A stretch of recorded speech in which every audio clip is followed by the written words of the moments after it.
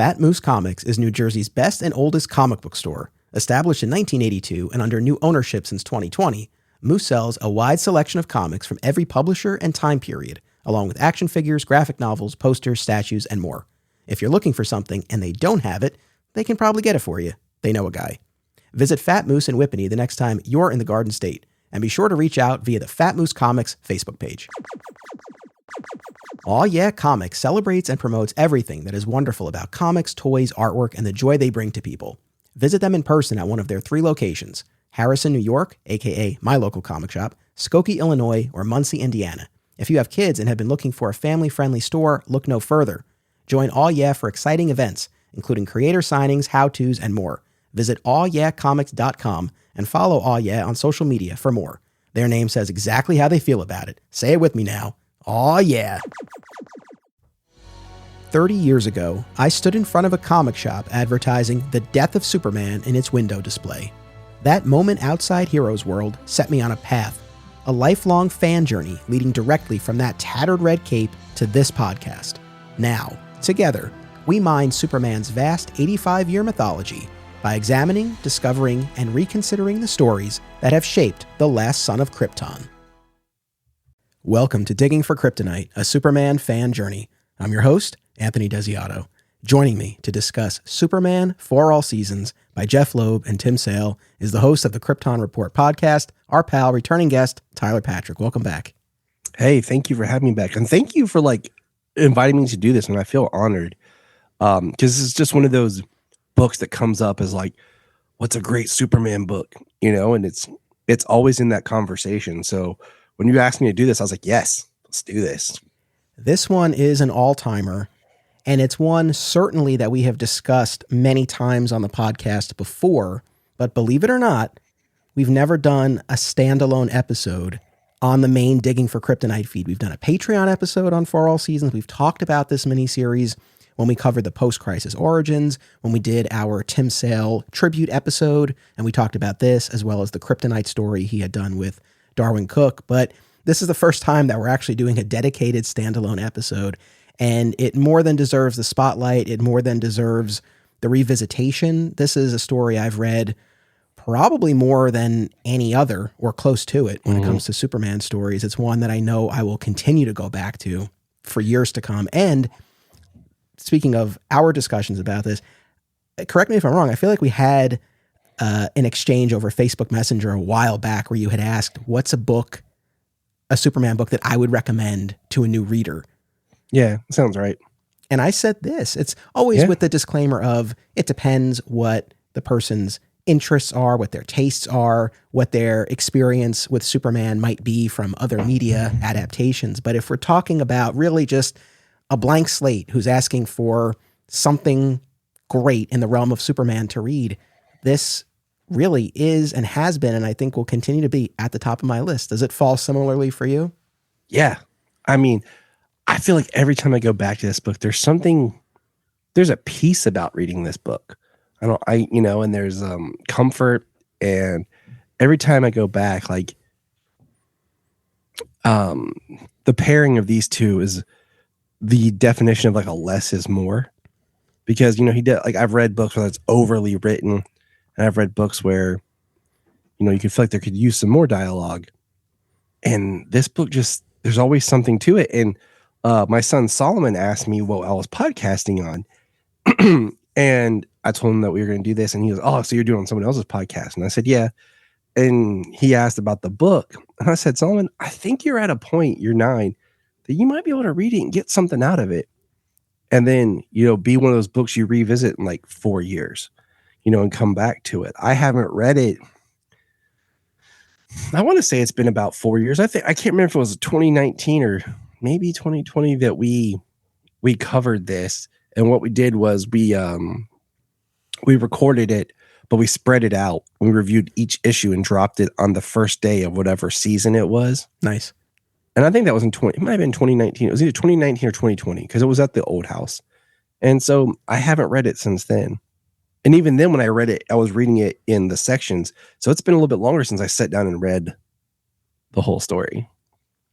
It's truly a masterpiece. I imagine anyone listening to this is familiar with the story, hopefully has read the story. This is one of those rare instances. I never want to discourage anyone from listening, but on the off chance you are listening to this and you've never read For All Seasons, maybe just save this episode, take an hour and a half, go to the DC app or go to your local comic shop, grab the trade, give it a read. It's such a beautiful, stirring, emotionally resonant story. It's funny because I really do recognize that I don't know that an episode goes by where I'm not saying, oh, I was moved to tears in watching this or reading this. So I do often have an emotional response to a lot of what we talk about. That's in part why we're talking about it, right? The things that I selected, the things that mean something to me and move me. But this is one probably more than any other that I really find myself having an emotional reaction to. Literally, page 1, when we start with that Pa Kent narration, and he talks about how they call him the Man of Steel nowadays, but there was a time before when he was just a man's son, my son. And right from the jump, the tears are forming. Like, oh, here it goes. You're like, here it goes. And this is something that has become more important to me since I've become a father. And so much of that first issue in particular about Clark graduating high school, leaving Smallville, moving on to the next phase of his life, embarking on this larger superhero journey that we know awaits him. It's one of those things that I know as my son gets older and approaches that age and I come back to the story, I know this is just going to hit even harder. Yeah. I mean, Solomon just had his birthday last month and my wife pulled up a video. It was like, oh, this video is from, I think she said 2017. Doesn't sound that long ago, but in the life of your child, that's a huge thing. And it was just 3-year-old Solomon singing and clapping and smiling. And I was just like, man, sometimes like I miss that little guy, like that. And so, I read this. So when I read it this time, we were going on like a family drive and I was sitting in the back with the kids and they're playing Switch. And so I pull up I got my iPad with me and I'm like, you know what? I'm like, this is a perfect time to read this. And I'm reading it next to my kids and just kind of glancing over at them as I'm reading and thinking. And it just like, it resonates a little differently. You're like, yeah, you're right, Pa. Yeah. So I did want to throw out real quick for any of the listeners, if they have a library membership, Superman for All Seasons is on Hoopla. They have the most recent edition that has extra stuff in it, as well as the published version that I have from 2011. So if you are a library member and you have the Hoopla app, you can just download it and read it from there. That's a great tip. And kind of on that note, I will echo that. And I will say that I have the original trade that they put out many years ago. And I also have the most recently released updated edition, which in addition to that core 4-issue miniseries from 1998, those 4 48-page prestige format issues, it also has, like you said, these extras. So it includes 3 additional Superman stories by Loeb and Sale, essentially the 3 subsequent appearances of the Superman from For All Seasons. And one of them is a story from Tim Sale's issue of Solo, and it's called Prom Night, and it fits right within the time period of the first issue of For All Seasons, and it's narrated by Martha. So we actually had a question from one of our patrons, shout out to Brian Dempsey, who talked about how the different perspectives that we get in each of the issues is such an important part of the story. I couldn't agree more. We'll talk a lot about that. But he asked, is there one character we wish had gotten that kind of spotlight if we could have had them as a narrator for an issue? And had it not been for that Prom Night story, I would have said Martha. But along came that Prom Night story, and it's just about 6 pages. But it's a great piece of additional material. And then in addition to that, there's also a 2-page story from a Superman Batman annual when Clark met Bruce. And that was cute. Yeah, it was a small, fun little 2-pager. Yeah. And then there's also the story from Superman Batman number 26, I believe, which was the tribute to Jeff Loeb's late son, Sam. And it's the story about Clark's classmate, Sam, and how he was the one boy who could make Clark laugh. And then unfortunately he loses his battle with cancer. It's absolutely heartbreaking. But to just have all of the Superman collaborations by Loeb and Sale in one volume is really special. And I enjoyed going through all of them. Even the ones that, like that last one, that was hard to get through. It was really heartbreaking. Yeah. Oh my god, I was in the back of the van and I was reading that, and at that point, Sailor was asleep. Solomon um, was he's just playing by himself, and like Jania was driving. My mother-in-law is talking up front. My father-in-law is asleep. My sister-in-law is asleep. I'm sitting in the back, and I was reading that, and I'm just like trying not to like I'm just like breathing. I'm just because they're gonna be like, "What's wrong?" Like this story, so good, so harsh. No, Clark couldn't absolutely. save him. But it's a tearjerker, but it's beautiful. It really is. It's a So beautiful story. we've talked a lot on the show about the various tellings of the origin, particularly in the modern era. And I feel like there are different categories. I think there's the category that includes Burns' Man of Steel, Wade's Birthright, and Secret Origin from Jeff Johns and Gary Frank, where you really have that soup to nuts telling of Clark's journey from Krypton to Superman and Metropolis. But then there's a story like this, like For All Seasons, that I think occupies its own space, where it's more of this emotional retelling and sort of takes place in between some of those larger tentpole moments within the origin story. And again, in case anyone needs a refresher, For All Seasons tells a story of Clark's early days and beginnings as Superman. Each issue is set during a different season of the year and is narrated by a different member of the supporting cast. So we start off in spring with Pa Kent, then we move into summer with Lois, fall with Lex, and then winter with Lana. So that's the overall flow of this. And again, I think having each issue from a different perspective really elevates the proceedings. And there was some interview from Loeb that I came across at some point where he talked about how Superman is such an icon that telling any of these issues from his perspective didn't feel right. It felt like there needed to be, I don't know exactly what word he used, but maybe some element of mystery or distance, right? And not taking us into his head in the way that he does with the other characters, but rather allowing the other characters and their perspectives of him to allow us to learn about the character. It's a fascinating device. Certainly there are plenty of stories where we do get Clark's internal monologue, and I love those just as much, but I like the use of this device, and it's one that Loeb continued when he took over the main Superman title in the early 2000s. And that's one of the things that I loved about it, especially upon revisiting it, where you had each issue narrated by a different supporting cast member. I think there's a humility to the story, because it's not like you're learning about Superman not only through his actions and through like, you know, the story and the dialogue, but how others who are close to him in one way or another perceive him. And it's not like he's telling you who he is. You know, it's kind of like the actions speak louder than words. Like we're being told through the eyes of people who experience him on a different level. And I think it works, but like also analyzing these seasons for what they represent emotionally and what the idea of the season, you know, so it makes such sense for spring. You think about spring, like in this, usually that's when people are, you know, leaving high school, but it's also when it's about new life. It's about beginnings, origins, it's about coming back and growing. And that's what Clark is doing. He's starting a new life. He's jumping off. He's growing. He's, you know, so the season is part of the emotional journey that he's going on. And having that from his father in that point of releasing his son into the world. It is interesting to point out that summer, fall, and winter are like back-to-back seasons.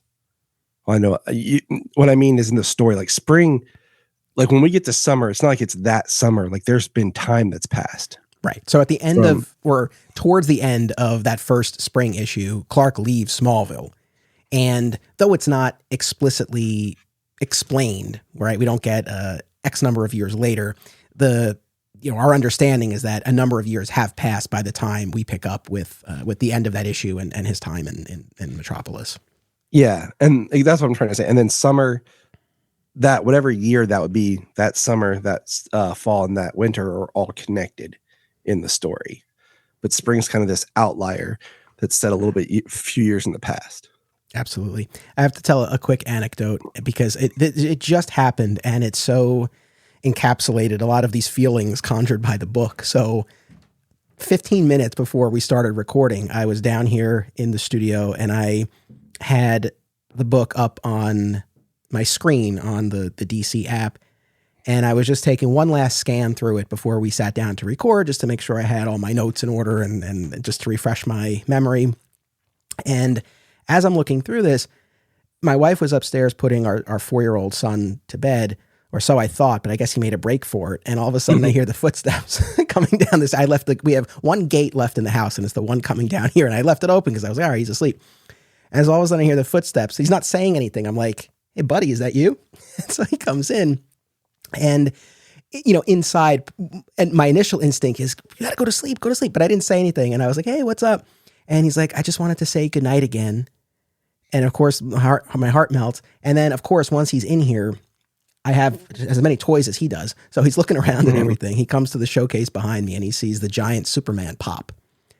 And he's like, the eyes on that one are like the other ones, but it's bigger. I'm like, yeah, like it's a giant size pop. And then I also have all of the Green Lantern rings. They did all of the different color rings of the emotional spectrum. And I've gone through all of those with him before. He's seen them before, but he's looking at those again. And he's like, why is each color is a different emotion? And he's like, why isn't blue sad? And I'm like, that's a good question. Mm-hmm. And I gave him a hug and he went back upstairs. And it's one of those things. And I've really tried as a parent over these past few years to be present and to be mindful of this, how quickly it goes. There's a line from Jonathan in issue 1 where he says, I never thought about our time together until it grew too short. Mm-hmm. And I kid you not, the moment when he walked in, the page I was on was the page where Jonathan and Clark are having a talk out in the field. And we see, up in the foreground of the scene is Martha. So we see Martha observing this conversation between Clark and Jonathan. And we continue to hear Jonathan's narration. And he says, there are things about being a father I'll remember for all of my days. And he talks about how learning how to hold Clark and get comfortable holding him as a baby, seeing him stand up for the first time in his crib, watching him toddle outside and open the screen door.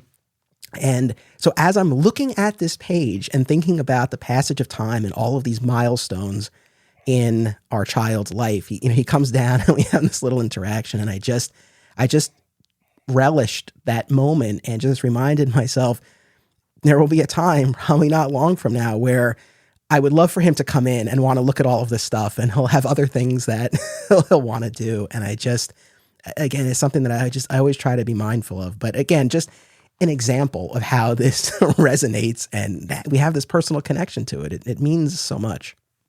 I mean, as we were sitting here talking, you saw my daughter slip down here, grabbed me, pulled me aside, kissed me, and said, "Good night, Daddy," and ran back upstairs. And like you stated, it's having that thought, like, be in the moment, like just be there at the time, because you might be busy. And like I was telling you earlier, like, 3 years, that's really nothing for you and I. Like, okay, yeah, I was a little younger, but 3 years for them, that's a huge part of their existence and where they've grown from.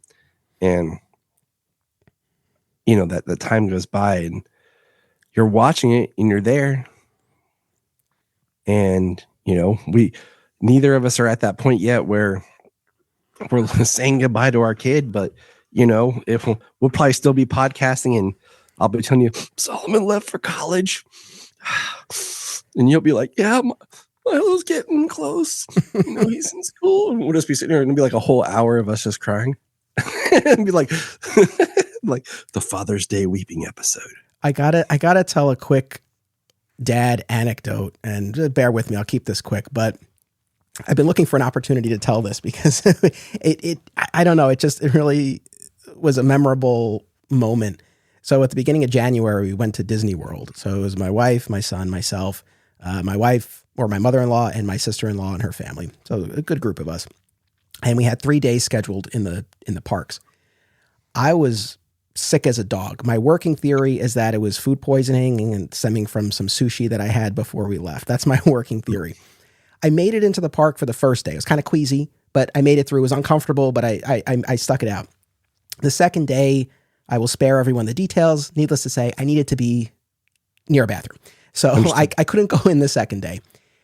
And Milo was very understanding. The third day, the final day in the parks, it was Magic Kingdom, including Jungle Cruise, which is his favorite ride.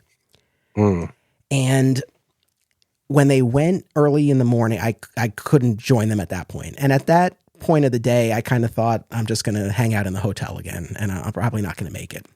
And that's how I left it with them. And he was so sweet. He's like, it's okay, Dad. I hope you feel better. And, you know, my heart is breaking because I want to be there for that moment. And so a couple hours passed, they're there. And I'm like, you know what? I don't want his memory of this trip to be, hey, remember when Dad was too sick to come on my favorite ride? Because as you know, there are certain things that just cement in their brains. Yep. Case in point, just about a year ago, I hurt my foot and I could barely walk for a few days. And my wife on one of those days took him to the Bronx Zoo. And normally that's something either he and I would do or we would all do. So it was rare for me to not be at the zoo with him. But I kid you not, to this day, every now and then, randomly, he'll be like, remember when you hurt your foot and you couldn't come to the zoo? And I'm like, yep, I remember that.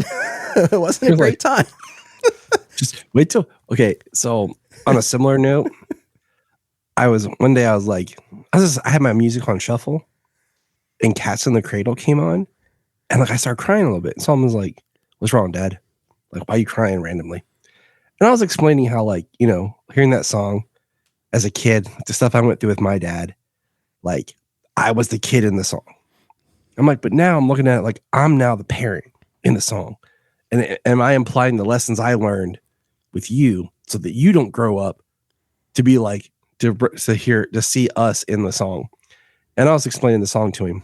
Well, skip ahead. I can't remember what it was. We were doing something. He asked to do something. And I was like, yeah, buddy, I don't know if I'll be. He goes, and the Cats in the Cradle. And I'm like, shut up, Solomon. I'm like, dang it, kid. I'm like, you don't pull that on me. And he started chuckling. And I was like, oh, man. But, you know, the things we do because we want to be present for our kids. Like I took a 3 a.m. flight back from San Francisco to make it back to Ohio in time to see their play. And I went to bed at like 11 o'clock in San Francisco. So like I got like 2 hours of sleep. I was at the airport. I mean, like I got home and I'm at their play. And like, as soon as their play was done, I crashed. I told him, I said, the next day I was like, don't mess with Daddy. I'll be asleep.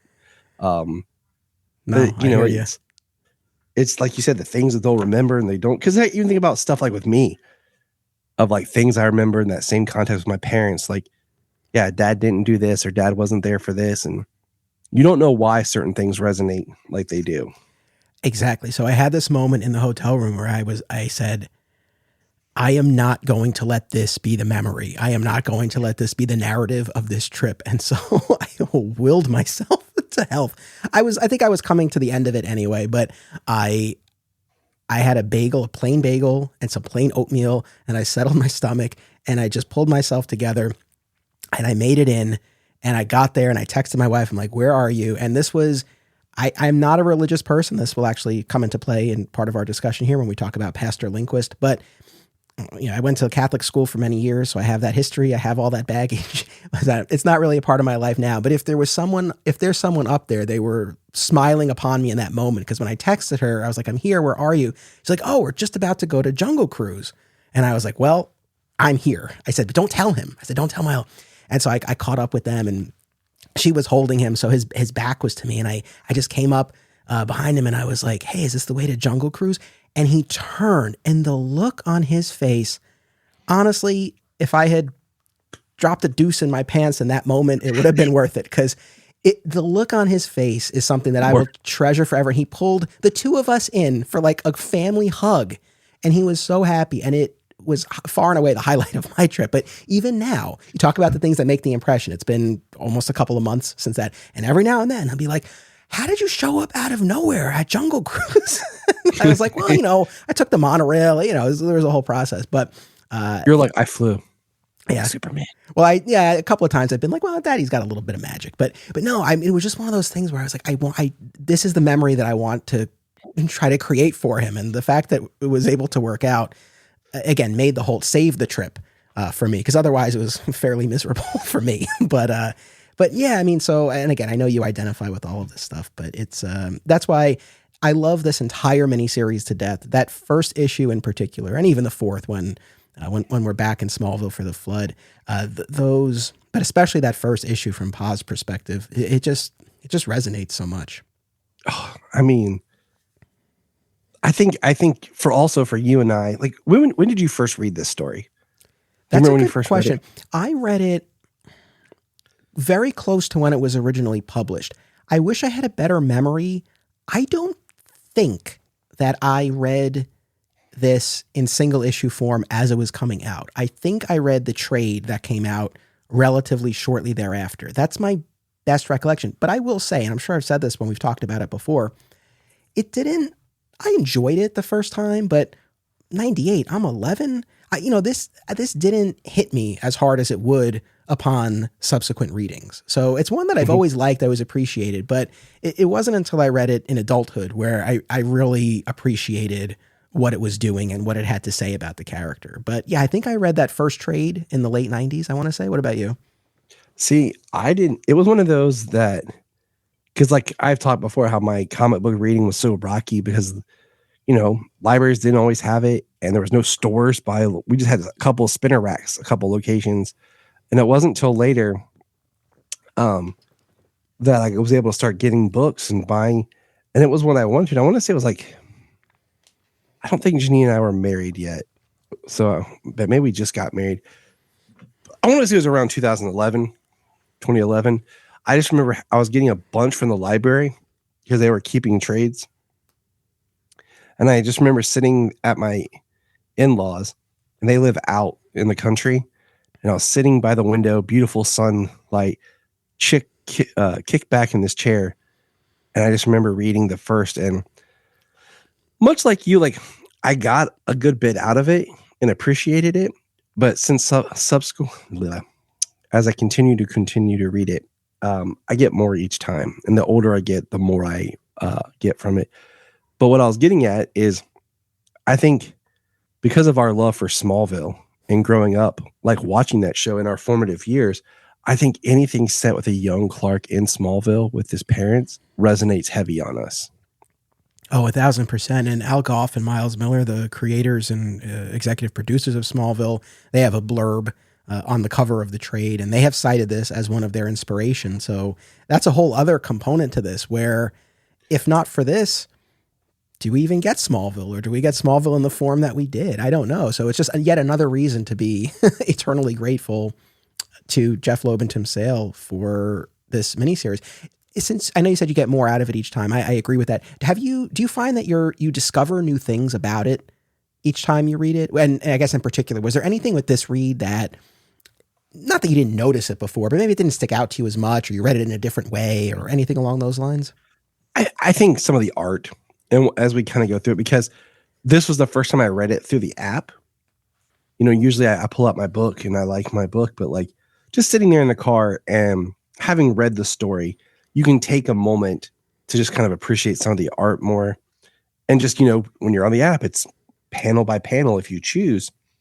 So just kind of, really looking at the subtlety of some of the art, but at the same time, the detail of in the background, and just appreciating the color and stuff more, and little things each time. It's just it's like when I watch a movie and you've seen the movie a lot, and then just starting to watch the background actors compared to watching, the main actors, just to kind of see what other level. And just, I think also just paying more attention to parallels in the months, like, the Clark in his room, and then Clark in his apartment panel. Right. And like how cluttered the room in the house was versus the apartment in the city, which is not necessarily neat per se, but a bit more sparse than it was in Smallville. And obviously the coloring is very different. So it's that cooler blue. It doesn't have the warmth of the room in Smallville, and that ties in with the loneliness. That's the thing. Such a fan of Tim Sale, such a loss that he's gone. And like yourself, you mentioned the detail. That was the thing that as I was reading this, I was really zeroing in on, just the amount of texture and nuance that's there in the art. When you look at the porch of the Kent farm and you see the boots, like one of them is knocked over, and you see the blanket that's kind of like thrown over the swing on the porch. Just little things like that add so much texture. And I think the juxtaposition of that versus the restraint shown in some of the scenes is really a fascinating blend, because we were talking about that scene when my son walked in where Clark and Jonathan are out in the field. You don't see their conversation. You do get Jonathan's narration, and he relays at least some of what was said in that conversation, but we're not actually hearing that. We're seeing Martha watch the two most important people in her life have this moment. And similarly, in the moment right before Clark leaves Smallville, that stunningly gorgeous double-page vista of the sunset and Clark and Jonathan out in the field, it's just a brief moment between the two of them. You don't see the heartfelt goodbye and the parting words. That's for you to fill in. And so there are moments like that where I think there's so much restraint shown. And that, coupled with, like I said, that amount of detail and just the nuance and the art, it creates such a, like I said, a beautiful blend and so much nuance. It's really, the two of them, it goes without saying, were a magnificent team. I was going to save this for the end, but let me ask you now. Certainly the two of them did a ton on the Batman character. Over at Marvel, they had their whole line of the color books: Spider-Man Blue, Hulk Gray, Daredevil Yellow, Captain America White. And what I wanted to ask you is, have you ever thought about what it would have been like if they had done the For All Seasons treatment for other DC characters? If For All Seasons had become a line of books a la the color books at Marvel, and which character or characters in particular would you have most wanted to see them apply the For All Seasons treatment to? Flash. Yeah, that was top of my list too. Flash and or Green Lantern, you know? I will say Spider-Man Blue is amazing. It's my favorite Spider-Man story. Because I always, side tangent here, people, okay? But I always love the idea, and I think this comes also from his personal experience in life, that Peter, he loved Gwen, and then he met Mary Jane and cultivated a friendship. And then when Gwen was gone, that friendship was then elevated and became something more. But they started that foundation as this friendship. And because I love the line in that book where Mary Jane says to him, "Tell her I miss her too." Yep. And that was one thing I think that was great about Spectacular Spider-Man, the TV show, was because it had both those characters operating in it in some function.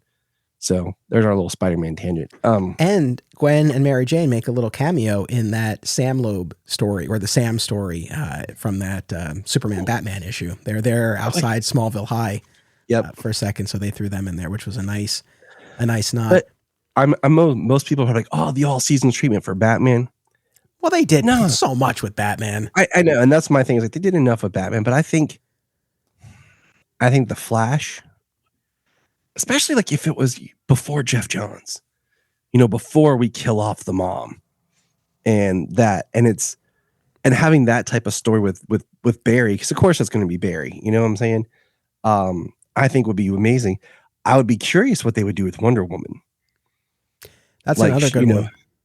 Because showing her on the island and the type of relationship she had with people on the island and growing up, and then how they could depict her as that only child, that's the only child, and then grows to a woman, and then her coming, I think there's a similar pattern that can be established there. So those would be my two, Wonder Woman and Flash. I'm with you. Again, I would throw Green Lantern into the mix, but I agree with your picks. If anyone out there has any information, there was nothing that I came across, because I guess I'm curious, is this something that the two of them as a creative team ever expressed any interest in and DC just didn't bite? Or was this something that maybe DC wanted, but they didn't have the interest in doing this with other characters? If anyone has any information, please reach out. I'd be very curious about that. But going back to the question I asked you about kind of picking up on new things each time, I have a couple of examples. So there's a moment between Martha and Clark before Clark leaves Smallville. And obviously I've read it every time I've read For All Seasons, but I think I'm always so focused on that, like I said, that stunning scene between Clark and Jonathan out in the field, that I kind of overlook the moment on the porch between Martha and Clark. But one of the things she says to him is that you can do anything you set your mind to, as long as you believe in it with all your heart. And I just thought that was such a great line and such a great moment. One other thing, and this is very minor, and I'm probably reading way too much into this, but I've read this so many times now that, you just keep digging deeper and deeper. One of my favorite parts of issue number 1 is when post-tornado, Clark goes to speak with his pastor.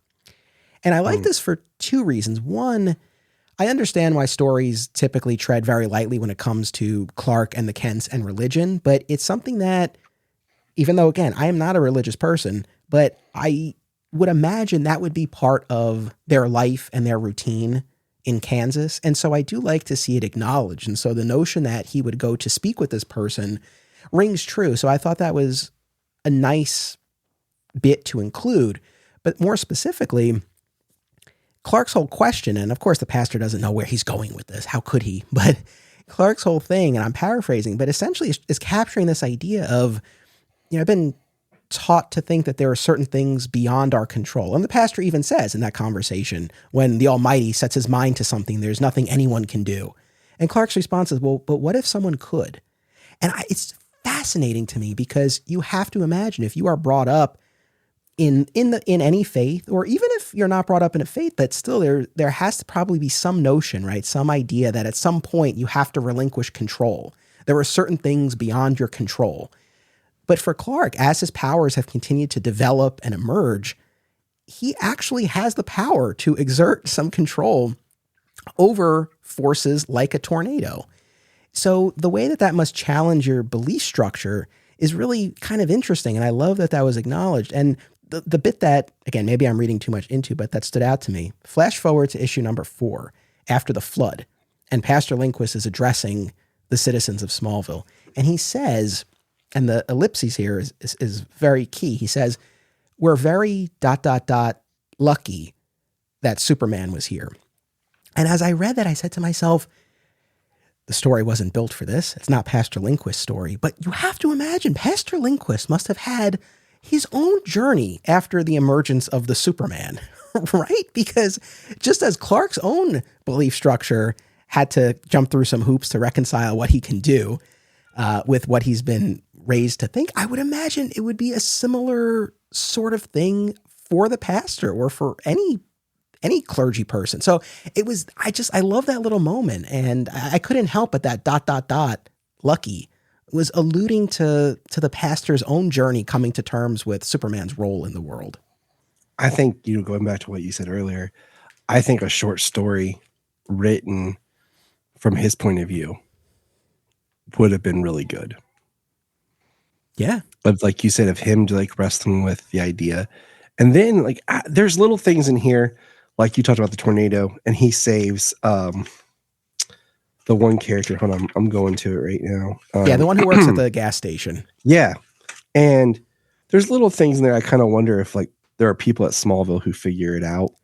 Well, but just because they are Smallville, it's like family, and they're not saying anything. Dude, I know what you're talking about, because he has that gentleman, I forget his exact name, but he's one of the quartet, right? So we do spend some time on Main Street on Smallville and at the general store, and there's that quartet of guys who are perpetually playing this game of cards, and one of them works at the gas station, and Clark saves him during the twister, and he starts to say when he comes to, you flew in here. Oh, that's ridiculous. The tornado threw you around like a rag doll. So he's come up with his own rationalization for how Clark could have possibly saved him. But then the panel at the bottom of the page, there's a look he gives Clark. The way he's looking at Clark speaks to exactly what you're saying of, oh no, does he actually know what happened? And I've always kind of found it interesting, that whole track, that it's kind of an open secret in Smallville that with all of this weird stuff going on, at least some people would know, but they protect him. He's one of their own. You talk about this community and the small town. So I always thought that was kind of interesting. And I like the way it's played here, where it's nothing explicit and you can read it either way. It was hard to get a read though, because from his words, it really seems like he's rationalized, that he's come up with his own explanation. But then that look that he gives Clark really speaks to something else, it seems. I mean, even the way that Tim Sales drew him later during winter, when Clark comes in and they're sitting there, and one of them is Mr. Morris is gone, and he kind of looks at Clark with certain eyes. it kind of plays back into that same thing where I think, like, you know, you get saved from a tornado by a guy, then not too long, Superman shows up. You start to put some pieces together. Yeah. I But, think, you know, yeah, no, go ahead. no, but to them, it's Clark, you know, like it's just, Exactly. and who is it? Is it Lana? Yeah, it's Lana who later says, and when people question the Superman and his motives and who he is and everything, actually, I'm going to go pull the page up right here. I think it's right here. I finally realized while I was away how special it made me feel, because to understand the man in the cape who could fly, all you needed to know was Clark. Yep.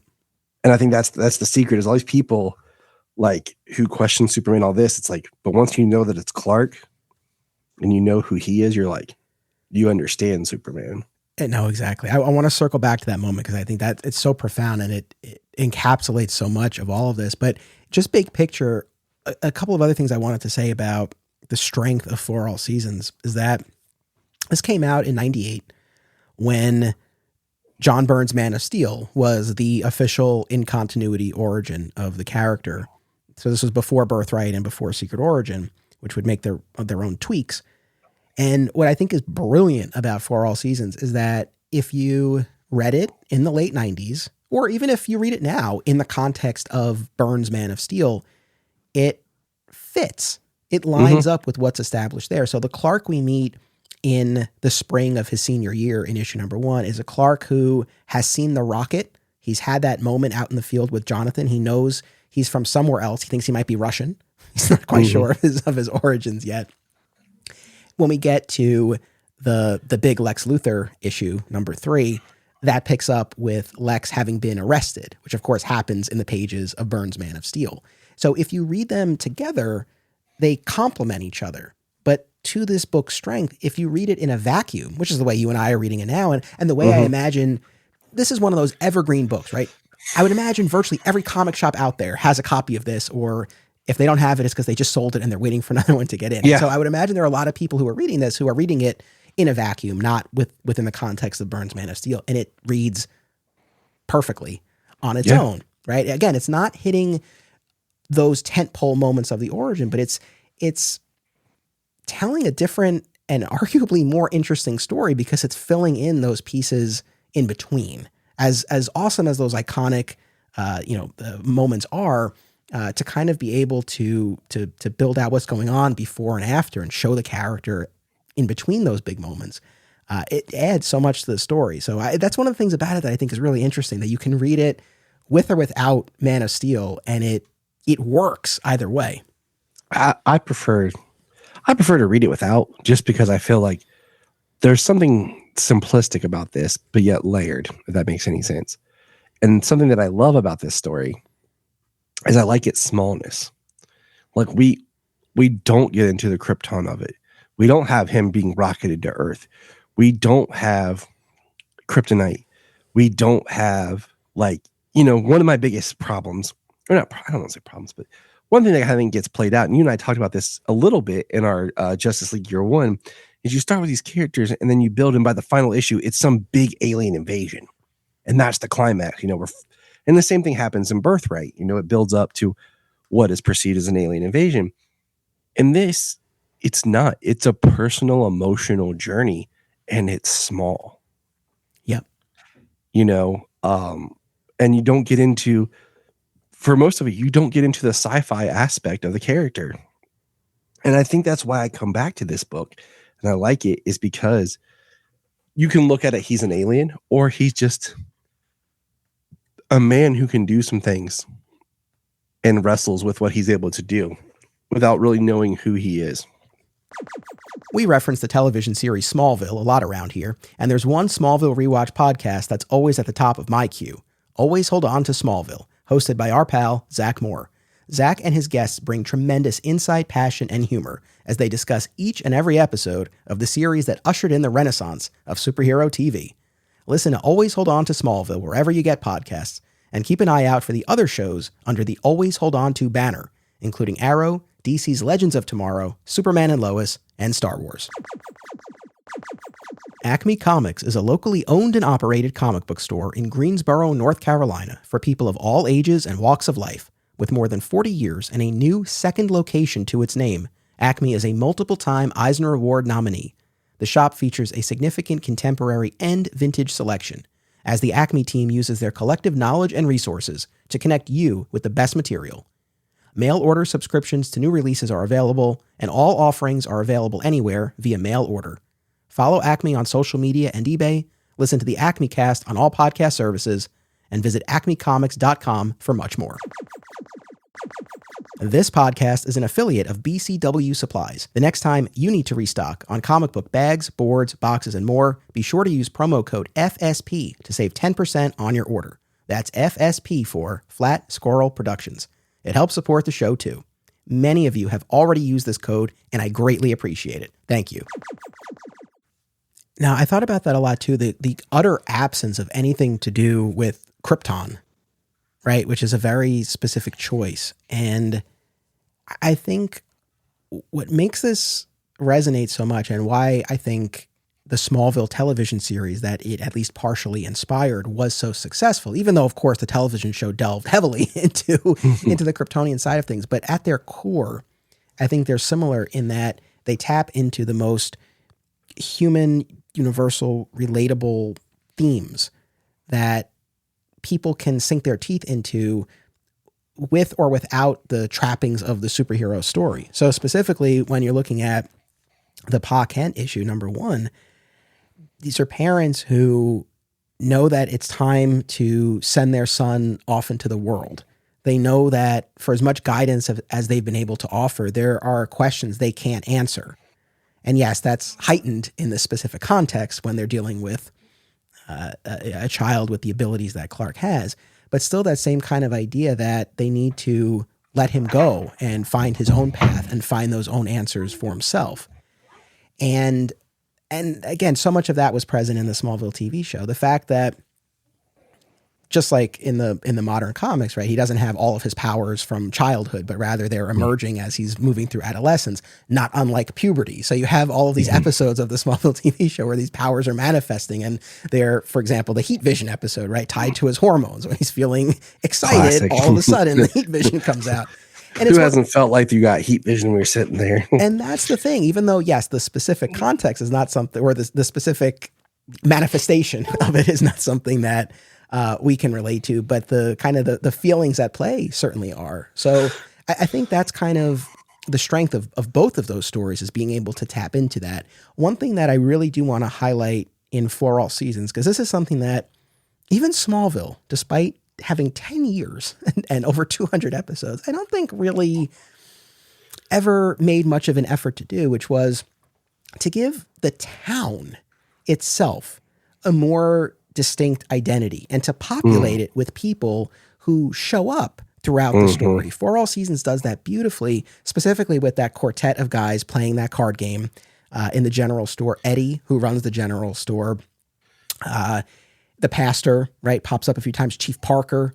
And it's a little bit of that goes a long way. Like, one of the things with the Smallville TV show that always drove me kind of nuts was you get to the commencement episode at the end of season 4, and then you get to the high school reunion episode in season 10 in the 200th episode. And in both instances, it would have been really cool if there were some background actors or bit players who were there for multiple episodes who then could come together in those milestone events. And it's like, oh, it really has this feel of like, oh, you've been with these people all along, but you don't, you just don't have that. So Smallville I really like TV that. show is the biggest small town there is, because they talk about it like it is so small. And then, like, I live in a smaller town now. Like, I live in what's actually considered a village. But when I lived in the small town, and the population, like, was less than what the Smallville population is, and the way they perceive Smallville in the show, I'm like, I don't think the writers understood what a small town was, and how that works. Because when you think small town, you think of like the way it's depicted in like a Hallmark movie, where there's like one church and everybody goes to it. Everybody knows everybody. And they try to give that off in Smallville, but there's always somebody popping up that you never seen or heard of before. Absolutely. I want to say there's one more moment that, again, I had read before, but it never really jumped out at me the way it did here, where early on in the story where Jonathan's encountered this rock out in the field and Clark comes over and very easily lifts it. And it's somewhat of a tense moment between the two of them because clearly this is a point in time where Clark's powers have really continued to grow. And we see later instances where he uses his X-ray vision inadvertently when he's about to get his hair cut and he sees Pete and Lana in the general store. And then he can't even get his hair cut because the scissors break. So, this all kind of ties into this idea that things are kind of getting beyond their knowledge, their control at this point. None of them know the upper limits of the abilities that he has or new abilities that he might manifest. There's so many question marks. But in that scene out in the field with the rock, Jonathan, in his narration, says something along the lines of what kind of fools would put a baby in a rocket? But then he says it takes an entirely different kind of thinking to actually keep that child and raise him as your own.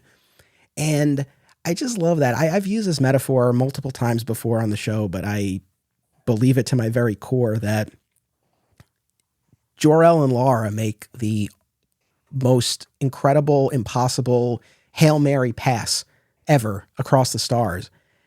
And fueled just by their love for their son and their faith that someone will find him and protect him and love him more than anything.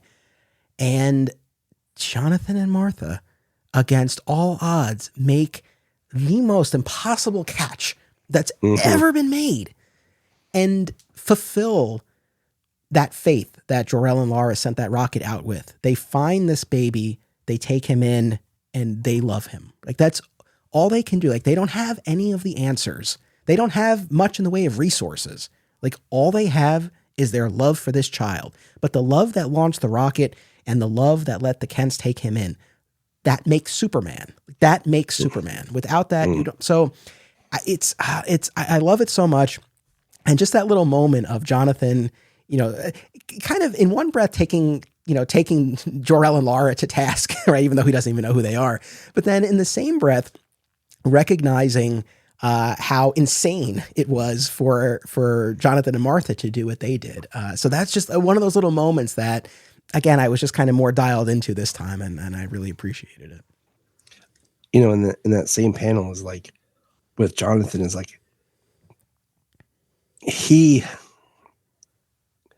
he's a little bit more trying to figure things out and just kind of overwhelmed, and not sure what he's doing. But I love the line that says, "But that's Martha for you, stubborn as a mule, twice set in her ways.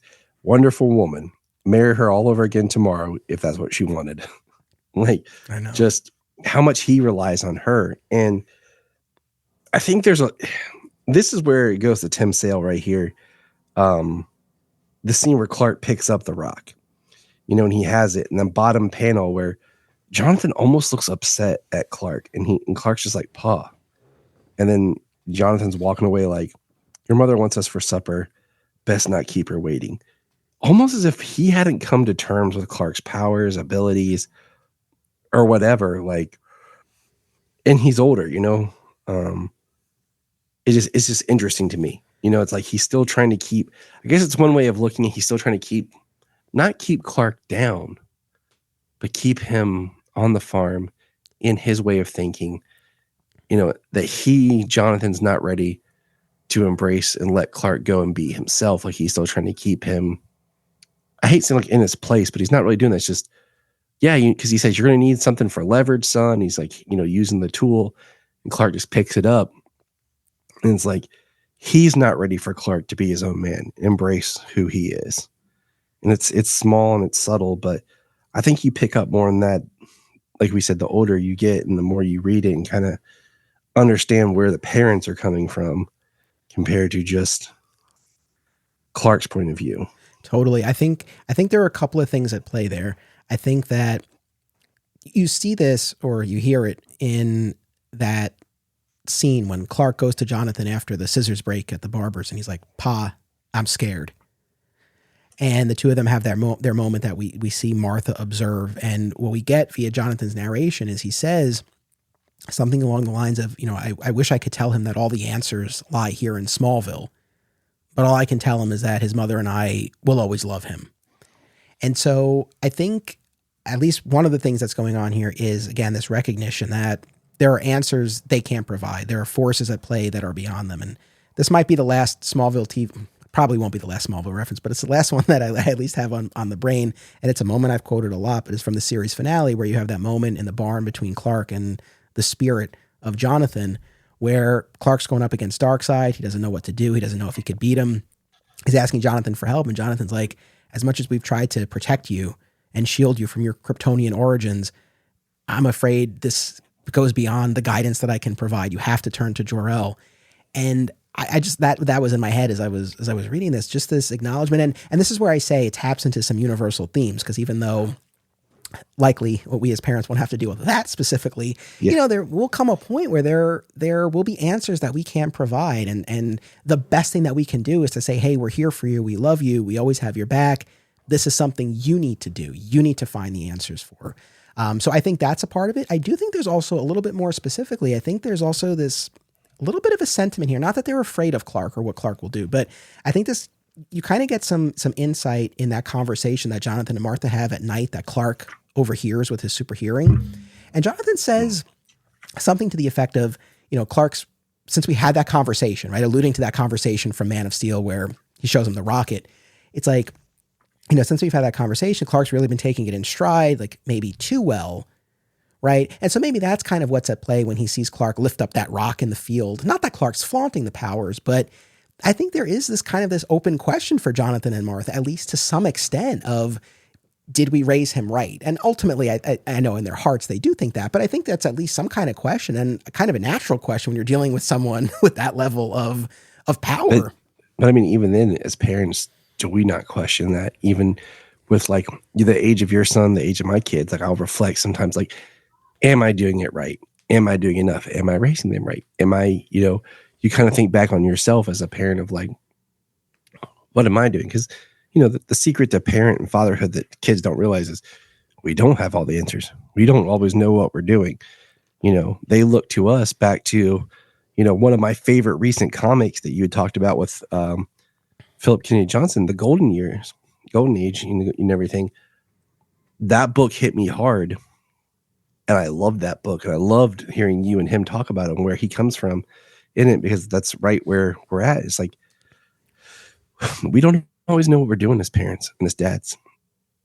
We're doing the best that we can, and we reflect on that ourselves. And I think that's kind of like what Jonathan here is, he's talking with Martha, he's expressing his fears and stuff. And, so, yeah. Absolutely. I want to move us into the other seasons. The last couple things I want to say. Yeah, we're just hanging out in spring. That's our favorite. I don't think that will shock the audience, but I love that there's this force of nature, this natural event, the tornado that Clark has to contend with. And as Jonathan says, he believes that's the moment Clark became a man, and he uses his power to save who he's able to, but it leaves him with this feeling of, I could have done more. And this ties in with that prom night story, which is a really great, like I said, just this short story from the issue of Solo that Tim Sale did and written by Jeff Loeb. And Clark's on his way to pick up Lana for the prom. And along the way, he encounters this citizen of Smallville who, not necessarily the friendliest, right? Even Martha's like, she never has anything nice to say or anything nice said about her. And her car is stuck. And Clark, despite having saved up to rent this tuxedo to take Lana to the prom, presses it up against the car to lift the car to get her out. And all she does is hits the gas, splatters him with mud, and races off. But there were two things that Martha said in that really stood out. Unfortunately for Clark, he's able to go up into the clouds and get a little bit of rainwater and super spin and clean himself up in time to make it to the dance. But as Clark is driving off, Martha says, at this point in time, he hadn't yet put together how to use his powers. Right. So again, I think that's important. At this point in time, there's this desire to help, this feeling that he can do things that other people can't do. And he wants to be a force for good. But the idea of adopting a dual persona and becoming a public facing superhero, none of that has come together yet. So that's the Clark we're meeting at this point.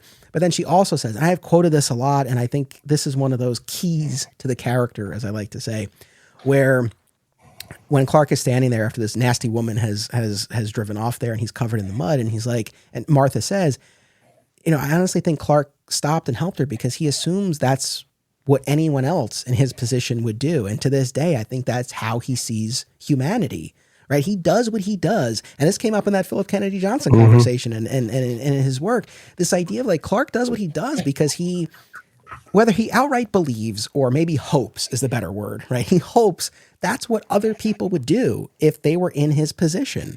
And I think it's, again, great insight into who this guy is and why he does what he does.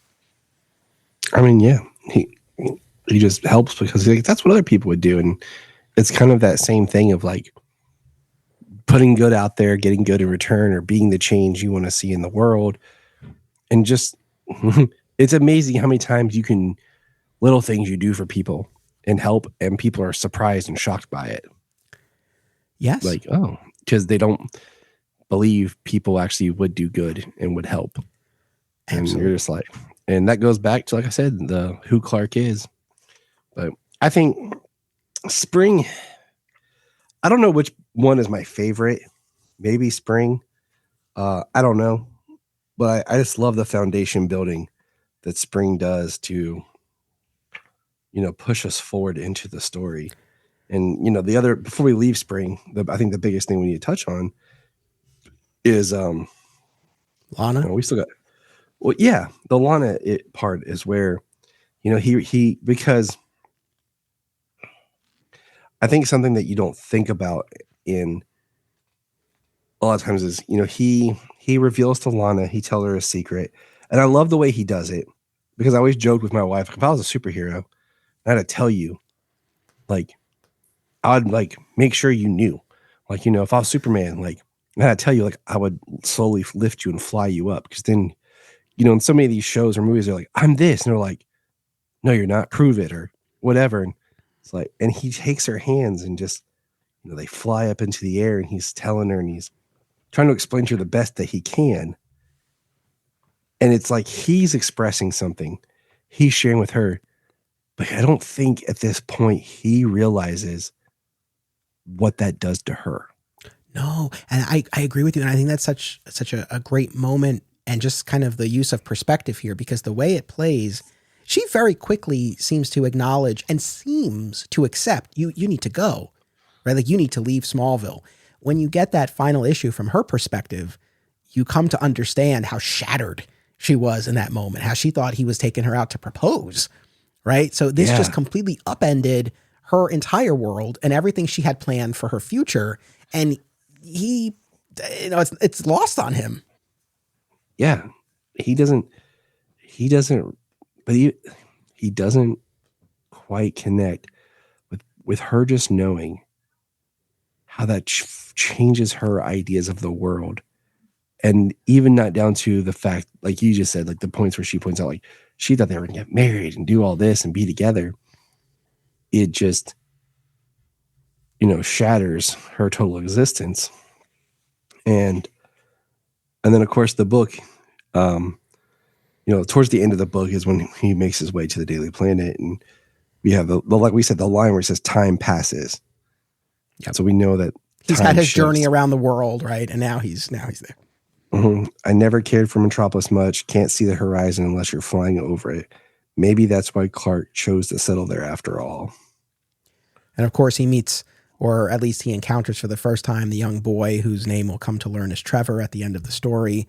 And of course, Trevor said, Clark catches him and Trevor says, cool costume. And we get the iconic line, thanks, my mom made it for me, which of course was brought to life on screen by Tyler Hoechlin in the pilot of Superman and Lois. And it is such a cool moment. This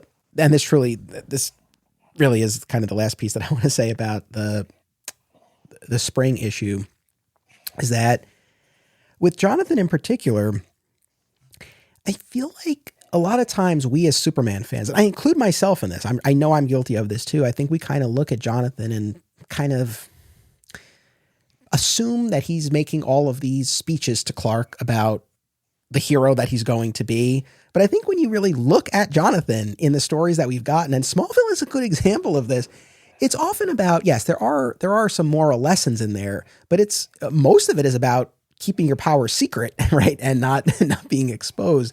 And that's why when I go back to this idea of restraint, I like that this book wasn't about Pa making all these speeches to Clark. It's just about these small, quiet moments, the ones that we even get to see, because so much of it is just kind of in the background. We're kind of filling in the blanks ourselves. And really, it's just about this expression of love. That's why, of course, I do have one more Smallville thing. In Smallville, when after Jonathan passes in season 5, there's that episode later in the season. It was their takeoff on the Flatliners movie where, Clark is in the afterlife, as the episode Void. He's in the afterlife and he encounters the spirit of Jonathan. And as much as you might kind of chalk it up to, oh, it's just a vision that he's having, Jonathan actually imparts specific knowledge that Clark couldn't have had. So it, it seems to be the actual spirit of Jonathan. But it's like in that moment, that's when Jonathan gives him this whole speech about you're going to touch the lives of so many people. You're a symbol of truth, of justice, of hope. It's like, where was this when you were alive? I guess he gained new perspective in the afterlife. But the Jonathan on the show, like that would have felt very out of character if all of us, he says, you got to keep your mother safe. You got to keep the whole world safe. It's a far cry from what we had gotten along the way. It also makes you wonder if, like, the things that we think in our mind, but then the things that we actually say. And like relative to our kids, like, you know, I don't want to put this weight on him. Maybe I'll just save it till he's a little older. You know, I'm watching him grow up, you know, and he's not there yet, but I want to tell him this one day. And then if this is, and we'll take it as the spirit of Jonathan, it's like, this is his chance to say all the stuff that he's thought, but he didn't know if Clark was ready to hear. So this might be the only time he has a chance to actually tell him. And he's like this, you know, kind of like letting it out. Like, son, this is what I've always thought about you. This is what I've always seen for you. And I think, you know, I just think about that as a parent, like, you know, the things that you think of for your kids that maybe you don't say just yet. I think that's a fair way of looking at it. The other thing, and jumping ahead to issue 4, when Clark's really questioning himself after what he's experienced in Metropolis, brought about by Lex, which we'll talk about, but he's once again in his childhood room lying down, and he says to Pa, he's like, I thought I could do anything, and I don't know if I'm on the right track. And Jonathan tells this story. And this to me is quintessential Jonathan Kent. When we think about what is actually said between the two of them, I feel like this is a great representation of it, where Jonathan tells a story about how the first year, right, that he was a farmer, he had this amazing crop of corn. He was the talk of the town. And then the next year or two, things didn't go well for him and he really doubted himself. And he's like, but I got through it. And I like to think that over time, I became a pretty damn good farmer. And then the next panel, he says, over time, son. And I honestly, man, like that's one of those lines I think about a lot. And I feel like the role that time plays, this, you know, comes up in the Rocky movies too. I know I'm really going off on a tangent here, but bear with me. When in the oh no, I got something to tell you. You'll appreciate that. So what I got to say in the Creed movie as well, when Rocky meets Adonis, Apollo's son, for the first time, and Donnie asks Rocky, like, how'd you beat Apollo? Because Rocky says, like, Apollo's the greatest, no one better. And Adonis is like, well, how'd you beat him? And he goes, it's time. Like, it's undefeated. It catches up with all of us. And that's the thing. Time heals, right? Time can smooth a lot over. Time catches up with everyone. Time gives you the benefit of experience. So like it I don't know. I think about that a lot. Just this idea of over time, son. Because I know a lot of times we just want, whether it's a goal, whatever it is, like we just want it now. We want to get to where we want to be. And you really do have to trust, whether it's, again, a project, exercise, like whatever it is, you really have to, the role of time is so critical to all of this. You just gotta show up, you gotta do the work day in and day out. And over time, you will see the results of that, but you have to be patient and you have to trust in it. But that panel of him looking at Clark, he's like, over time, son. I love it. What did you have about Rocky? Oh, I thought of that. So the other day, Solomon had a really rough day at school, and I'm going to shorten this. And we were talking, he was talking about just things happening and the way kids were behaving and how life, he's like, and I started slowly going into the speech from Rocky 6 about, you know, it's not about how hard you can hit, it's about how hard you can get hit. And like, life's going to hit you the hardest and you're going to get back up. And like, I started doing that whole like speech to him, and I was like, and I'm just like, so, cause I'm driving, right? So I'm talking to him over the phone and I'm telling him this. I'm like, buddy, like, that's how life is going to be. You got to be able to take this. And, you know, and I was just like, thanks, Rock. Like, yeah. I'm like, that's such a great speech. And I was just like, life ain't all sunshine and rainbows. It is a very mean and nasty place, and it will beat you to the ground and keep you there permanently if you let it. All right, I could do the whole thing, but I won't. But I'm with you. That movie is almost 20 years old. It's It's actually my favorite Rocky movie. It's my favorite Rocky movie as well. I feel like that's often considered a hot take, but no, it's my favorite movie. It spoke to me in a weird way because I was like a sophomore in college when it came out, a young man at this point. But the idea of this older guy who has this chance to express something the way that he knows how and get out that beast in the basement, it resonated with me, and I love it to death. Yep. I was, when that movie came out, I was dealing with stuff with my band, and I won't go down that whole thing, but there was connections that were made, there. But it's fantastic. So yeah, it's my favorite. We move into Summer, the Lois-centric installment. And like you said, and we get this at the end of the first issue, time has passed, right? So Clark's had his journey around the world. He's adopted the Superman persona. He's working at the Daily Planet as a reporter. And this issue shows us events from Lois's perspective, which I think in a lot of ways represents kind of the person on the street, metropolis view on the Superman operating in their hometown. Superman stops a missile. He tracks it to these underwater terrorists in a submarine, notices that the missile and the guidance system were manufactured by LexCorp. He has this moment with Lex where he talks to Lex in a way that no one else does, as Lois points out to him, and also shows Lex up when one of the terrorists takes Lois hostage. And of course, Lex steps forward. Well, I can negotiate with anyone. And in the time it takes him to get the sentence out, Superman, of course, has used his super speed and has disarmed this guy. And even then, Lex is like, well, I can give you a ride back to the Daily Planet, Lois. And instead, Lois flies her there. And then, of course, Clark has a visit back to Smallville, which I want to talk about. And then the issue culminates in Clark rescuing this young woman, this chemist, from a fire. And of course, she'll come into play in the subsequent issue with Lex's plan. In this issue, Lois expresses something that you were getting at earlier. You gave us Lana's answer to this question. The question, and Lois, expressly articulates this. She says, speaking of Superman, he can do anything he wants to, and he decides to do what? Be a hero? Why? Mm-hmm. And again, I think this is one of the central questions, and Lana's answer, which you gave us before, this is like one of the keys to understanding Superman, because it's like, why would anyone with the powers of a god, and you could say this of any superhero, but Superman is the first, the greatest, the strongest, the most powerful, the most potential of being corrupted, right? If absolute power corrupts absolutely, and yet he chooses to help people. And it's a fair question. And you think about in our world, I was thinking about this. It's like, we don't have superheroes. What do we have? We have athletes, actors, politicians. I don't know that there's a single one I could point to, especially at the very top of the game, mm-hmm. where I think, oh, like they're just doing this, out of the goodness of their heart. Like you always assume there's some ulterior motive, whether it's nefarious or just self-interest or what. So they're getting paid. That too. And like you said, are they doing this because, like, would they do this if there wasn't money involved? Would they be out to it? Like you hear about like celebrities and stuff doing stuff with their money. Like, okay, cool. I'm glad you are.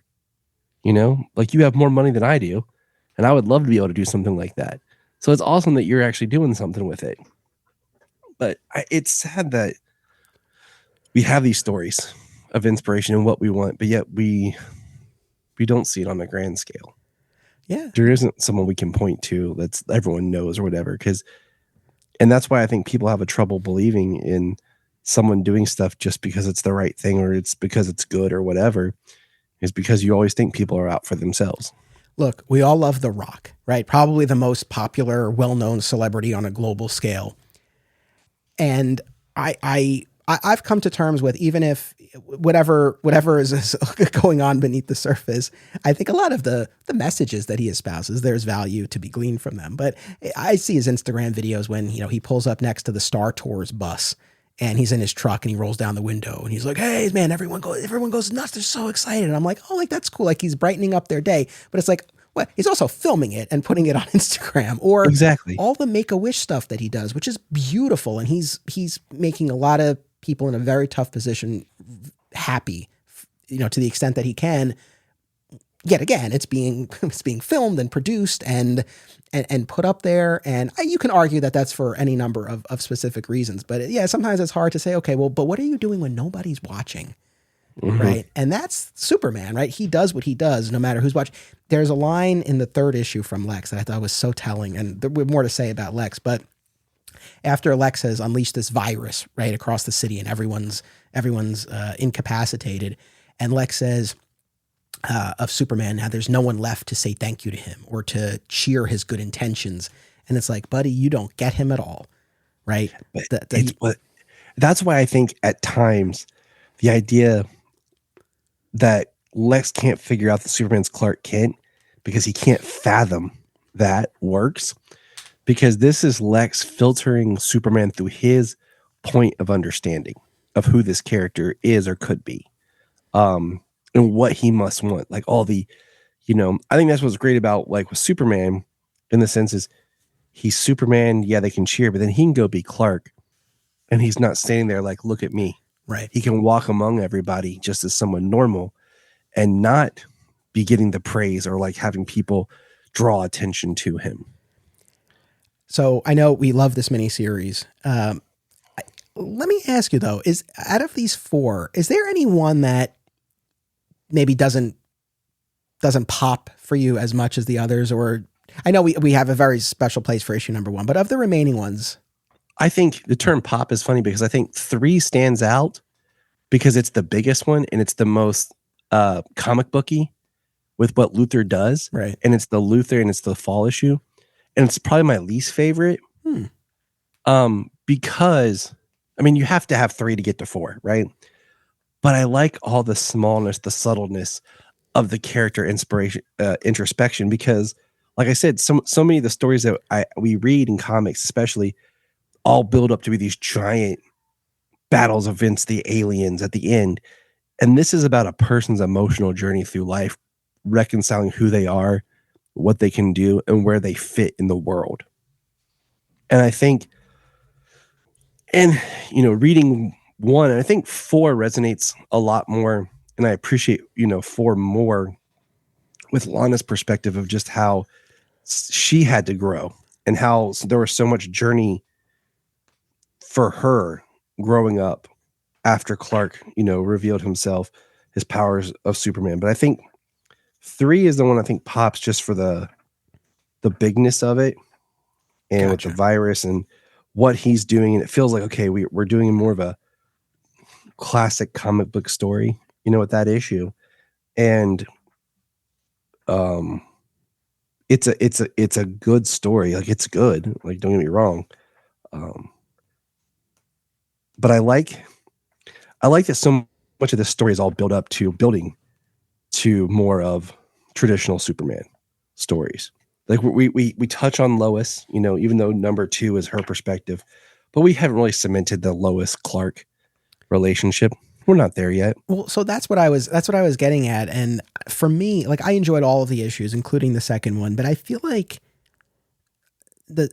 issue number 2 from Lois's perspective was the I don't know what the best word is, but the lightest. Whereas I feel like in issues 1, 3, and 4, I feel like not only you're getting great insight into Superman through the eyes of others, but you're getting a really great presentation of the perspective of Jonathan, of Lex. Like I feel like issue 3 does a great job of encapsulating at least this incarnation of Lex and what he's about and what makes him tick. And the 4th issue with Lana of really shedding some light on what her whole journey has been, which has, taken place largely off panel. Whereas with Lois, and I feel like maybe part of the quote unquote problem here is that, I would say now that most of the modern age of comics, she's known that Clark is Superman. They've been in some level of relationship. She's known him on a deeper level. This is kind of pulling back, right? And showing her at an earlier point in time, her perspective on Superman is so much more limited. So I don't know. I don't think it's a bad issue or anything like that, but to be perfectly honest, and this is going back to Brian's question, do I wish we had gotten a different perspective? In an ideal world, it would have been great if, I know there's only 4 seasons, but if this had been more issues and we could have incorporated more characters. But part of me almost feels like this could have been a Jimmy or a Perry issue. I was going to say that I think from Perry would have been interesting because it's this authority figure. It's a editorial figure as he's like taking the stories that Kent's presenting, what Lois is presenting, whatever Jimmy's digging, and it's just kind of putting it all together. And him being older, I kind of look at this one, number 2, in a sense like this is kind of your montage, like at the beginning, like here's everything Superman's been going up to, quick, all these saves, all these actions, look what he's doing. It's kind of your quick action. This is where he is now, Superman, in the world of Metropolis. No, totally. Speaking of the world of Metropolis, I think the part of issue number 2 that actually stands out the most is when Clark goes back to Smallville. He's lonely. Mm-hmm. He's lonely, and he goes home for a visit and finds out that Lana's been gone for years after her aunt passed away. By the way, in For All Seasons, we're not in the territory of friendly Aunt Nell from Smallville. This is a more severe, strict aunt who, raises Lana, steps in when her parents aren't there. But the aunt has passed and Lana's moved away, and Clark learns that. But what was interesting about Clark's return, and he pals around with Pete, and they go to the general store and all that, as they always do. But he expresses to Martha that, he feels out of place in the city, and he thought he would feel at home back in Smallville. But even that doesn't really feel right to him. He feels out of place there. I was thinking about this. It's kind of weird. I can't really answer this because I never really went away. I mean, I didn't go away to college. I commuted to Fordham from Lower Westchester, and then I ended up going to law school in the same area and then settling essentially in the general area. So I've not really had that sense of really going away and then coming home and feeling kind of out of place. I know you've moved around more. I mean, have you felt like what Clark felt in this issue? Yeah. I mean, yes, I have to some degree. Like, my dad was in the military when I was young. We moved a lot through school, and it wasn't until I hit high school really that we stopped. And it always gave me kind of a foundation of not feeling like I have home. Because even when I went to college, I went 20 some minutes away. But in the same context, I do understand that, because I kind of equate it to when you graduate. Like, I look at some of my friends who graduated, who played football, who loved the school. And like, when you're graduating, it's all about you, the senior. Yeah. Like, and then school starts again, the cycle continues, and you go back, to the football game on Friday night, because I remember going with some of my friends, like, hey, let's go and check it out. And I just kind of tagged along, but you had that feeling of, this doesn't quite feel right, because I'm back here, but I'm like, I shouldn't be. Like, I've moved on, but I'm trying to hold on and go back to how things were. And nobody cares anymore. Like, oh, you graduated. Who cares about you anymore? And it's the, you can't go home again kind of thing. And how time moves on, and when we're there and we're in it, we don't really feel it. But then the absence and return, we see how things progress. And I get that. I mean, what's funny is when my brother and I went to college, we were in our third year. It feels right. Yeah, third year. My parents sold their house and moved. And so the foundation that we had for the past 5 years was gone. And so so when we went home to our parents' house, it wasn't the home that we had spent our latter teenage years, high school years in, and everything that we had kind of cultivated. It was our parents' house. So. No, I hear you. The closest that I can equate it to is, as you know, in my other projects, I've spent a lot of time exploring and discussing my local comic shop where I shopped and worked for many years. And the owners, workers, customers really form this community, and we would go out to dinner on Saturdays after the shop closed for many years. And the shop is no longer in operation. It's been gone almost a decade now. And over the past, I would say half a decade, at least, we really don't get together all that much. The bonds are always there. That love will never be lost. I'm quoting the song from Fast and Furious, but that community remains, and I really became like family. But we've had really just a couple of like big group gatherings over the past few years, and the last one that we had, which was around Memorial Day, I kind of had a feeling, I think, akin to what Clark experienced in this issue and what you were talking about, where it was great to see everyone. The dynamic was different. It wasn't because we're not together in the same space, having new adventures together. It was just a lot of reminiscing, catching up, right? They were asking me, "Oh, what do you think about James Gunn taking over the DC stuff?" And in the back of my head, I'm like, "You're clearly not listening to my podcast," but that's all right. Right. I've had that too. I've had a lot of those where people are like, "Hey, you want to talk about this?" Dude, I did like 2 episodes ago. But taking the ego out of it. But what I realize is like, I have an outlet now for talking about all of this stuff. It's not like, oh, I don't want to talk to those old friends, but it's like, well, I spend 2 hours talking about what I think about Superman Legacy. So it doesn't satiate that need to talk about the stuff the way that it used to when we have those dinners. And so I came away from that dinner, like, it was lovely to see everyone, but it was just kind of like, oh, this is not what it was when we would be all at the store together all day and having, weird encounters with annoying customers. And then we go to the store, we go to dinner and we talk about it. And I wasn't podcasting, so I was really excited to talk about the latest movie or news or whatever. Like, none of that was present. And so I just kind of came away from that. It was kind of bittersweet. Like, it was nice to see everybody, but it was also the sense of, oh, this is not what it was. And that when I was reading this, that's the main thing that kind of came to mind. I was like, I get what Clark is talking about. Like, you can't go home again in that quite that way. It's everything in that time period is there at that time period. Other people move on with their lives. Little things change. There's a great, if you have Disney Plus, one of their little animated shorts, I think it's called Home Again or something like that. I haven't watched it in like a year or two, but it's about a guy coming home, like after college, and then other points in his life. And as he's walking, he's seeing things, how it was when he left or when he was younger, and then what it is now. And it's a really strong emotional short. And I think it perfectly encapsulates just the passing of time and how we want to feel safe. And that's what Clark wants to do, as he comes home, like, oh, I'm safe. I know how it is. But there is that point in our lives where we have to leave the safety. We can come back, but it's like we can't come back to hide. And I feel like, getting into like book 4, that's what Clark kind of does. He comes back to hide, and you have it's a juxtaposition that, like, you have Pete, who never really went anywhere, who never did anything, and he has this bitterness towards Clark and Lana about the lives that they left Smallville, and he feels, he got left behind, and because he was the one who wanted to leave. Like, he was the one who's like, as soon as we graduate, like, I'm out of here, and he's the one who ends up being a townie, right? He sticks around.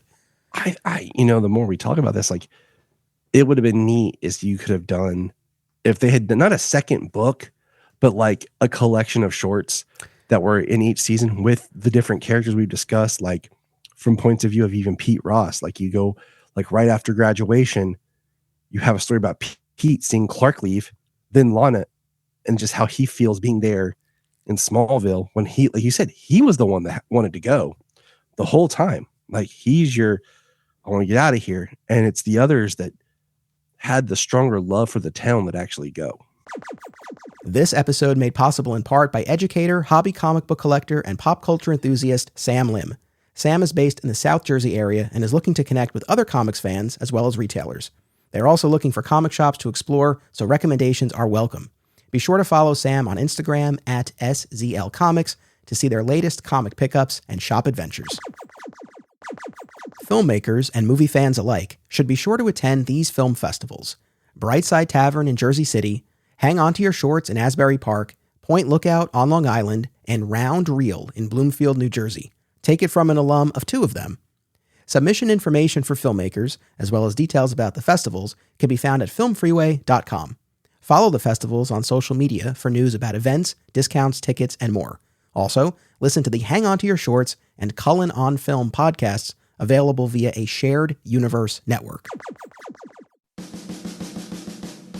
Hey, it's Bill Bodkin, editor-in-chief of thepopbreak.com. Join myself, Amanda Rivas, Al Manarino, and a cavalcade of awesome guests on the Socially Distanced Podcast, the flagship podcast of thepopbreak.com. And it's Amanda Rivas. If you're a pop culture obsessed nerd like we are, then you need to make Socially Distanced an integral part of your life.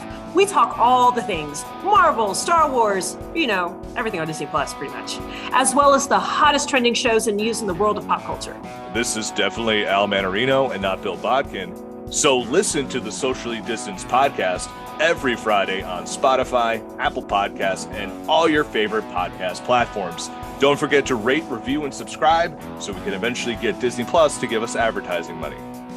Please, we could use the money. I have children. Actually, speaking of Pete, one thing that really made me laugh over the course of this miniseries, as well as that Sam's story from the supplemental material, is Jonathan twice in this collected edition talks about Pete as a little bit of him goes a long way. And I just thought it was funny that Pa has this view of him. It reminds me of some of the friends I had where it's like, yeah, like, oh man, don't you love them? Yeah. Your parents are like, yeah, they're okay. Like, there's nothing wrong with them. They're like, yeah, but they don't really know what to say, but they have that same kind of like, yeah, just, it's a lot, son. Like, you want to take that kid in strides.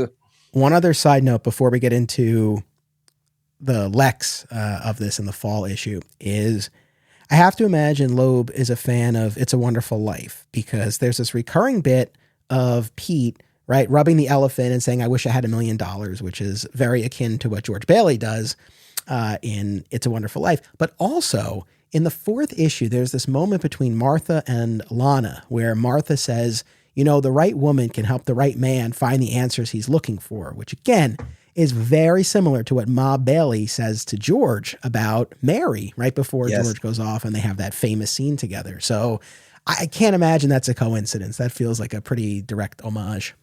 It does. Like I when I said, I was thinking about Pete and his kind of arc that we don't have. I was like, I could see Pete having a very George Bailey aspect before he has the moment of like, It's a Wonderful Life moment where he's just kind of like, he wants to get out, but he's the guy that's stuck here, And that would have been really good, man. You're right, man. Like that would have been a good, a missed opportunity for Pete.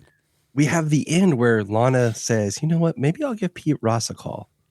Like, and that could have been like his turning point of accepting his life. And not that his life is horrible, but I think this book is like a meditation. Like you read it once, you're like, you get it, but then you just think about it. And it's so, and I don't like to say simple, but like I say it in the sense of like, there's not a lot of words. Some of the pages have very few words, but everything is so there for a reason. From exactly how the art is done to what words are chosen and why, the more you think on it, the more it resonates. And then you go back to it and you get more out of it. And it's definitely, I feel like it's one of those books. And when Solomon reads it, he's like, oh, I liked it. It was cool. And then we'll go back years later and like, let's do it again, son. And he'll get more out of it, especially, when he gets up in years. But absolutely. So this Lex issue, and we actually use this as one of our homework assignments when we did our big Lex event a couple of years ago. And we were looking at the modern, the post-crisis Byrne iteration of the character, which is very much what this incarnation of Lex falls into here. And to your earlier point, right, the meaning of the seasons. So it's no coincidence, right, that Lex gets the fall issue. So you start off with a bit of a fall from grace for Lex. He's been arrested and he has to deal with the fallout of that. But then by the end of the story, Clark has undergone a fall of his own, this crisis of conscience, doubting himself after Lex, though Clark doesn't know the full details, at least suspects Lex has unleashed this virus across the city.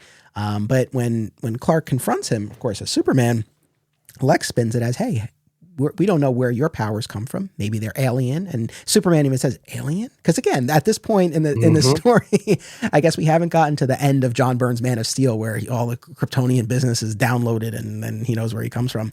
But Lex is like, this could be, you could have exposed people to this. And even aside from that, the poor chemist who Lex manipulates and sets up as a hero to seed the clouds and save the city ultimately succumbs and perishes, and Clark is unable to save her. And so Lex, it's a really, sinister moment where Lex is like, well, get out of here, leave before, you fail all of us. And so there really is this fall for Clark at this juncture of the story.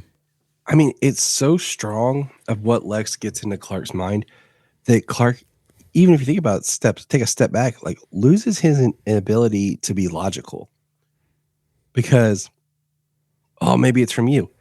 You grew up in Smallville, bro. You use your powers off and on. Nobody in Smallville has been affected. None of this has happened. So this is Lex getting inside your mind in your own doubts, and you're not thinking logical or rational. You're letting him control you. And I think that also comes from, like, this isn't a time where Lex and Clark are kind of like peers. Lex is older than Clark. I would say he's got a good 10 years at the least on Clark.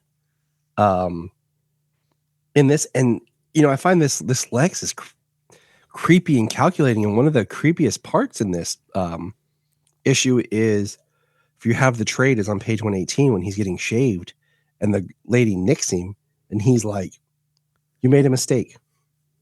I forgive you," and that's it.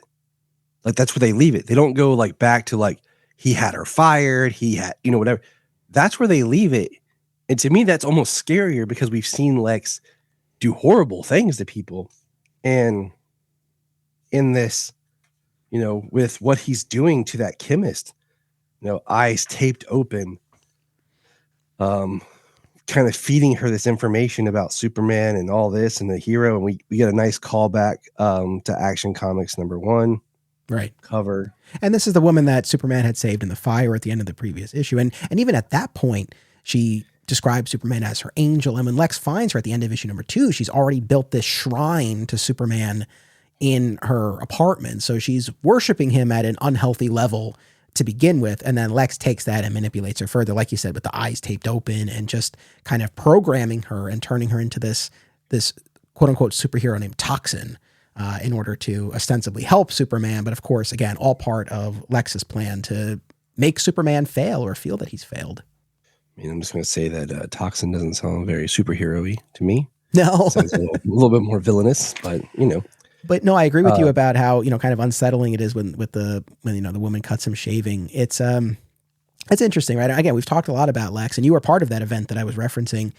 The reason for Lex's animosity towards Superman can take different forms, and has taken different forms over the various eras and media adaptations. So it can be that they have a past in Smallville and he blames Superman for his baldness. It can be that he blames him for turning his back on him and not trusting him. It can be that there's more of this ideological opposition to the very idea of Superman, or that he views him as a threat, or that he's limiting public or the humanity's potential, right? Because he can do all of this for them and people can never attain this. This issue takes a very specific track, again, in keeping with this era of the comics, I suppose, but it's all framed as, and we get this through Lex's narration, a love story between a man and his city. And this idea that Lex built up Metropolis, literally and figuratively. He gave it an identity. He was the one that people looked to. And now they're looking to someone else, and he feels betrayed. And it's interesting because it's not necessarily, and I'm not saying that that's all there is to this Lex, but at least in terms of what's presented to us in this issue, that's really the angle that it takes.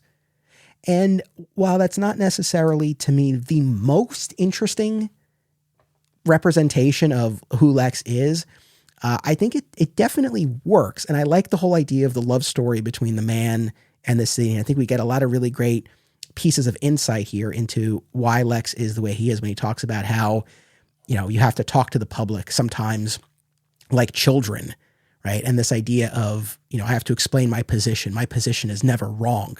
Self-pity is for lesser men. You need to get on with your work. All of that. I feel like there's a lot that really comes out, but at the same time, kind of really framing it in terms of this love story and the jealousy that he feels. How did you like that as the angle and the reason in this particular story? Oh, I liked it because he's trying to play Clark or Superman was at his own game, of, you took my adoration away. You made me look like a fool. He says famous fleeting, but Lex Luthor is forever. And that's then a great line, such a great line. Yes. The hauntingness of when we're cutting, but when we're going through, seeing the actions that's going on at the Daily Planet, and you have the panel of Luthor saying truth justice, and then he has the full page in the American way. And coming from Luthor, that has a whole different, meaning behind it.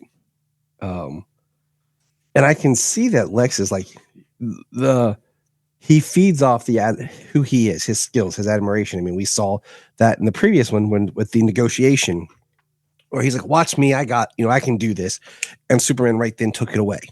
He stole his thunder, he stole his power, and slowly Lex Luthor isn't what he was. So he's putting Superman in his place, so he can, and it's childish, but it works. It is, and I think that one of the things, I guess this is another thing that kind of stood out to me a little bit more here.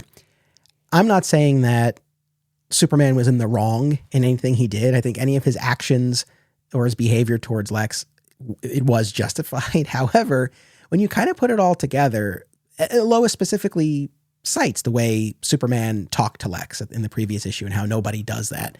But then even more so in issue 3, when Lex is on his way back home on the helicopter after spending the night in jail and being released, and Superman gets in the path of the helicopter, and it's a pretty striking image. It's a double page spread, and you see him through the front window of the helicopter, and he's just pointing towards LexCorp Tower, basically saying, though he's not using any words, basically like, you go there and you stay there.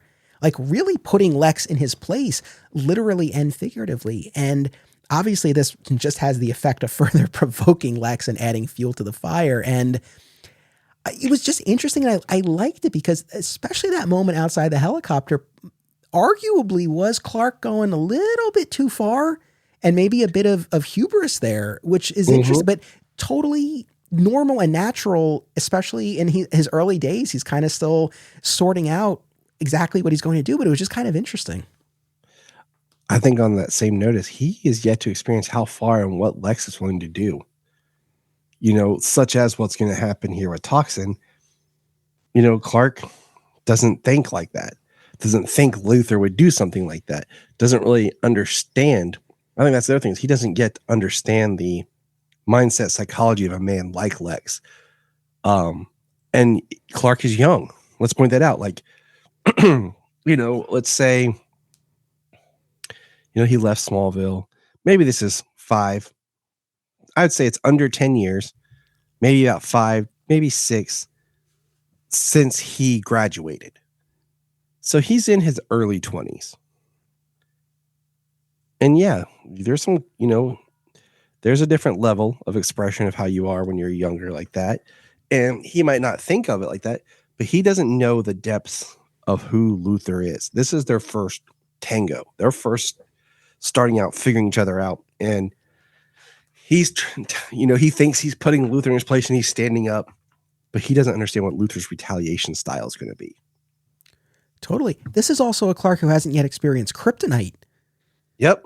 Right. And I know this was part of a different episode, but speaking of Tim Sale, that miniseries that he did, where that story arc from Superman Confidential, of Superman Kryptonite, where he initially doesn't know what the upper limits are. Is he truly invulnerable? Like every time he goes up against something, there's this fear or at least question of, oh, is this the thing that's finally going to do me in? And he has a couple of kind of hairy situations, but he's always okay. And then he encounters kryptonite. So yeah, I think that probably feeds into this as well. If he has been invulnerable and assumes he is without limit, maybe that, kind of emboldens him to some extent. So yeah, it's just kind of fascinating to see again, how he provokes Lex and then how Lex responds. And the other thing I was thinking about when you see everyone collapsing in the Daily Planet, right? This was right after Kingdom Come. It felt very Kingdom Come-esque, a la the Joker's gas attack on the Daily Planet in that story. I mean, thankfully everyone here lived. They were just incapacitated, except for, that Star Lab scientist who was in a sealed chamber, and Lex, who of course would be prepared for this scenario. I do love though when Superman is like, how likely would it be if I were to smash this glass and pull you outside? Like how quickly would some employee of yours show up with an antidote? But he's not willing to test that theory, but he at least is savvy enough to call it out. I would almost, like me personally as Superman, I would slowly use my heat vision to pick a point and melt the glass in the corner just to allow outside air to seep in, Yeah. just to watch, to see. But I also I'm thinking about like Clark's journey through this, right? This could be the moment where he's most embracing himself, going back to like that. I am kind of invisible. I am hubris. I am this. Like he's really kind of accepting it. So like he's putting forth the biggest image of himself. Like you go there, like, you know, like you said, this is his moment where he's kind of risen and he's being a little bit more dominant. And then Luther takes him down a peg. And that's their game, right? And of course, you know, this where they with the whole toxin thing, she puts it into the air, and then right after she saves everybody and everyone's waking up, she dies. And that's all Luther's play into Clark's emotion, because it was the woman that he saved that now he can't save. Right. And you know, it was engineered that way, and Clark is emotional enough that he doesn't realize Lex has played him. That Lex had engineered this for him.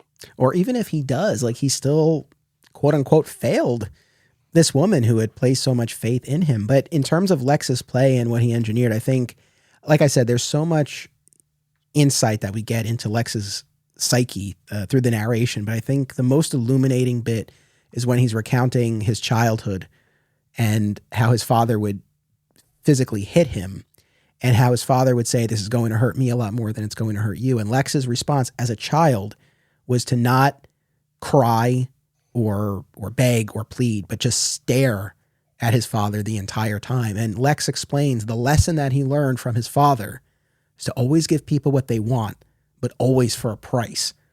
Right. Mm-hmm. So he's going to save the people of Metropolis. I mean, from the virus he unleashed on them, but he's going to save the people of Metropolis. But this woman who worships you is going to die. There's always going to be that price. Like I said, in terms of my ideal version of Lex, I like maybe a little bit more meat on the bone, figuratively. I don't mean physically. I actually prefer kind of that fit Lex who can engage a little bit more. But in terms of you know, really kind of fleshing out this version, this incarnation, I think there's a lot here. I found this to be quite compelling. And when it ends with Clark on the doorstep of the Kents, it's, you know, really kind of this it's the low point in his emotional journey here, where he's gone off, he's had these victories, but now he's kind of been brought back down to earth here, and he's gone back to the one place, even if he doesn't feel quite at home the way he used to there, it's still his safe place. It's his quote unquote fortress of solitude. It's the farm, you know? Yeah. And I was thinking about this. The last thing I want to say about Fall is we are slowly building Lois kind of in the background, because she has the moment about the LL initials, and he's like, Lana Lang. And she's like, what? You know someone else with double L initials? And it's kind of cute. So it's like, there's the hints of what's to come. You know, I think once he gets past this, because like I said, like we said at the beginning, like the latter 3 seasons are all that same year. So it's like, you know, when this book ends, there's more story to come. Like, you know, things are moving forward to more of like the status quo of Clark that we know. Totally. So with issue 4, Winter, from Lana's perspective, honestly, we've already, I think, addressed a lot of the major points here, you know, earlier in our conversation. But again, Clark and Lana reunite, they catch up with Pete. Like you said, Pete kind of takes them to task because they've both been out there in the world, and now here they're kind of back with their tail between their legs. And, you know, Pete's been kind of holding down a la George Bailey. He's been holding down the fort in Smallville. I do have to say, though, I know a little bit of Pete goes a long way, but I did love the moment where of that quartet playing cards, one of them is in the hospital. He isn't there, and they invite Clark to join. And Pete's like, why don't you join them, Clark? I'll see you in 20 or 30 years. And it's, you know, a dig at the guys and Clark, you know, but it's dig at all of them. Like, I dig at all of them, but it was just kind of a funny moment. And because again, it tracks with what we've seen, you know, all this time has passed, but these guys are just kind of always there. It's just that consistency, that familiarity that you find in the town. And then of course, there's, you know, a few moments here and there Martha and Jonathan realizing that Lana knows the secret that Clark had told her. I thought that was a nice moment. Chief Parker showing up to warn them of the flood.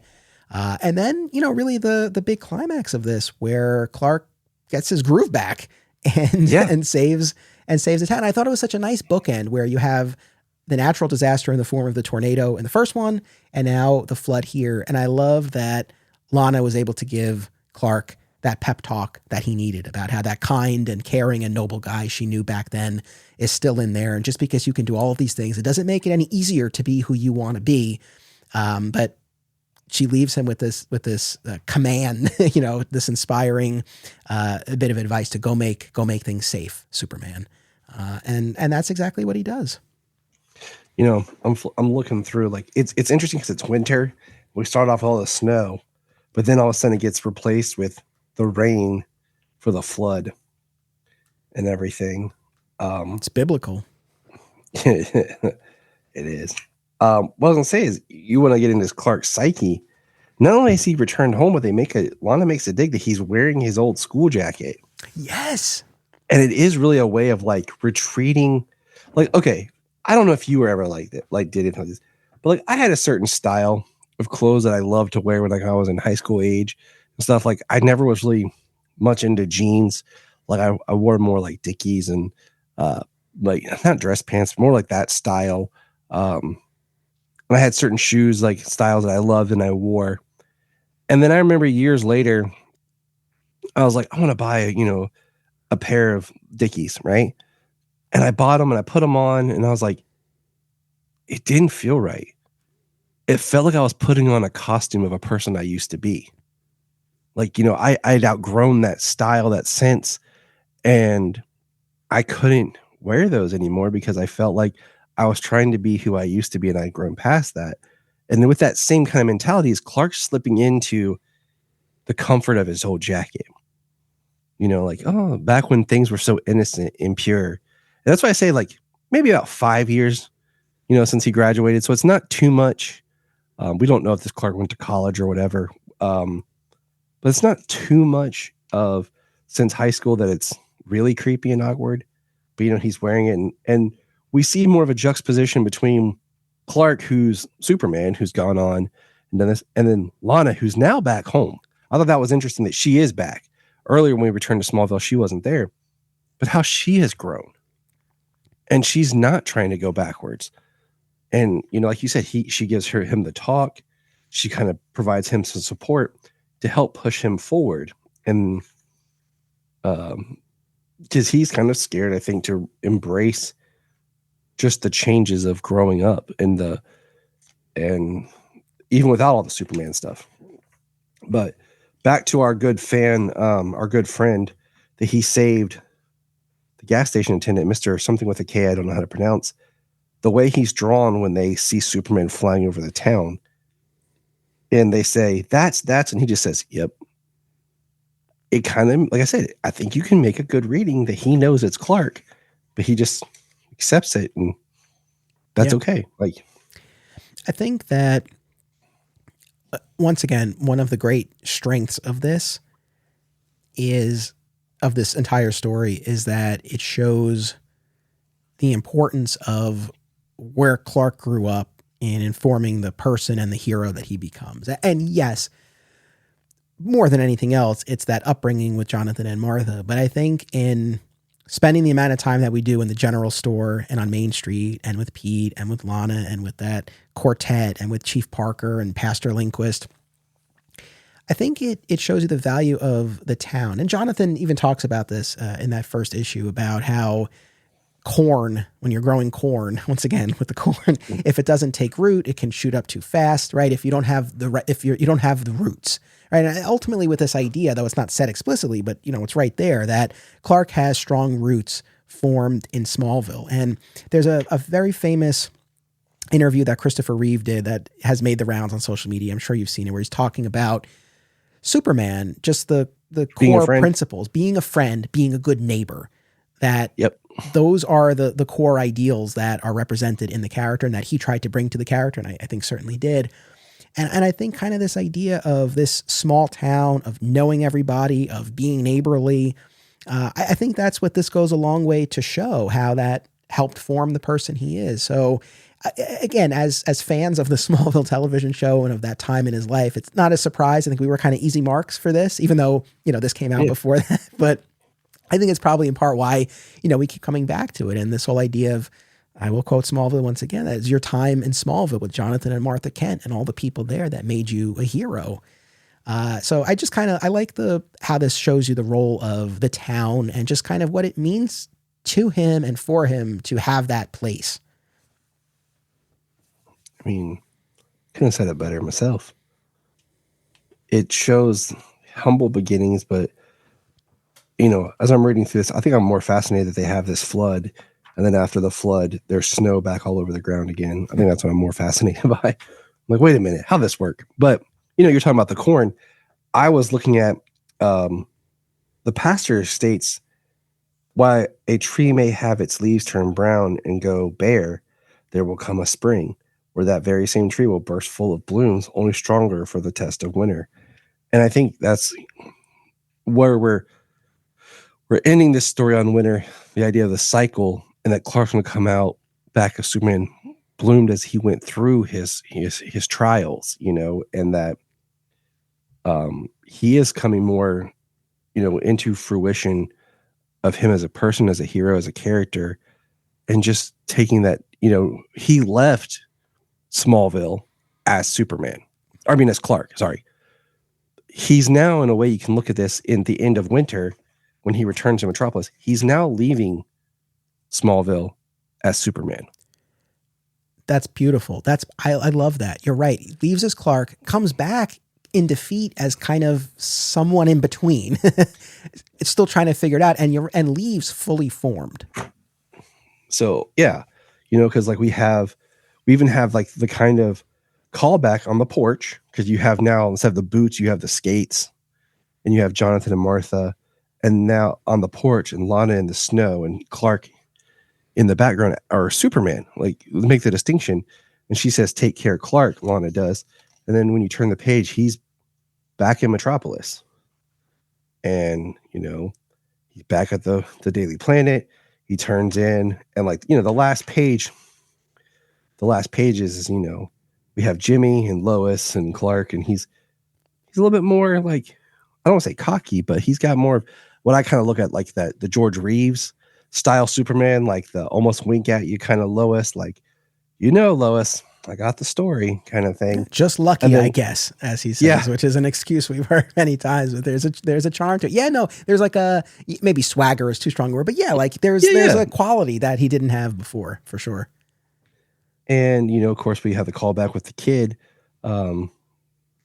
Trevor, falling, chasing his cat off the snow, and Clark catching him. And, he actually says, "Good to meet you, Trevor." Or Trev. He says, everyone calls me Trev.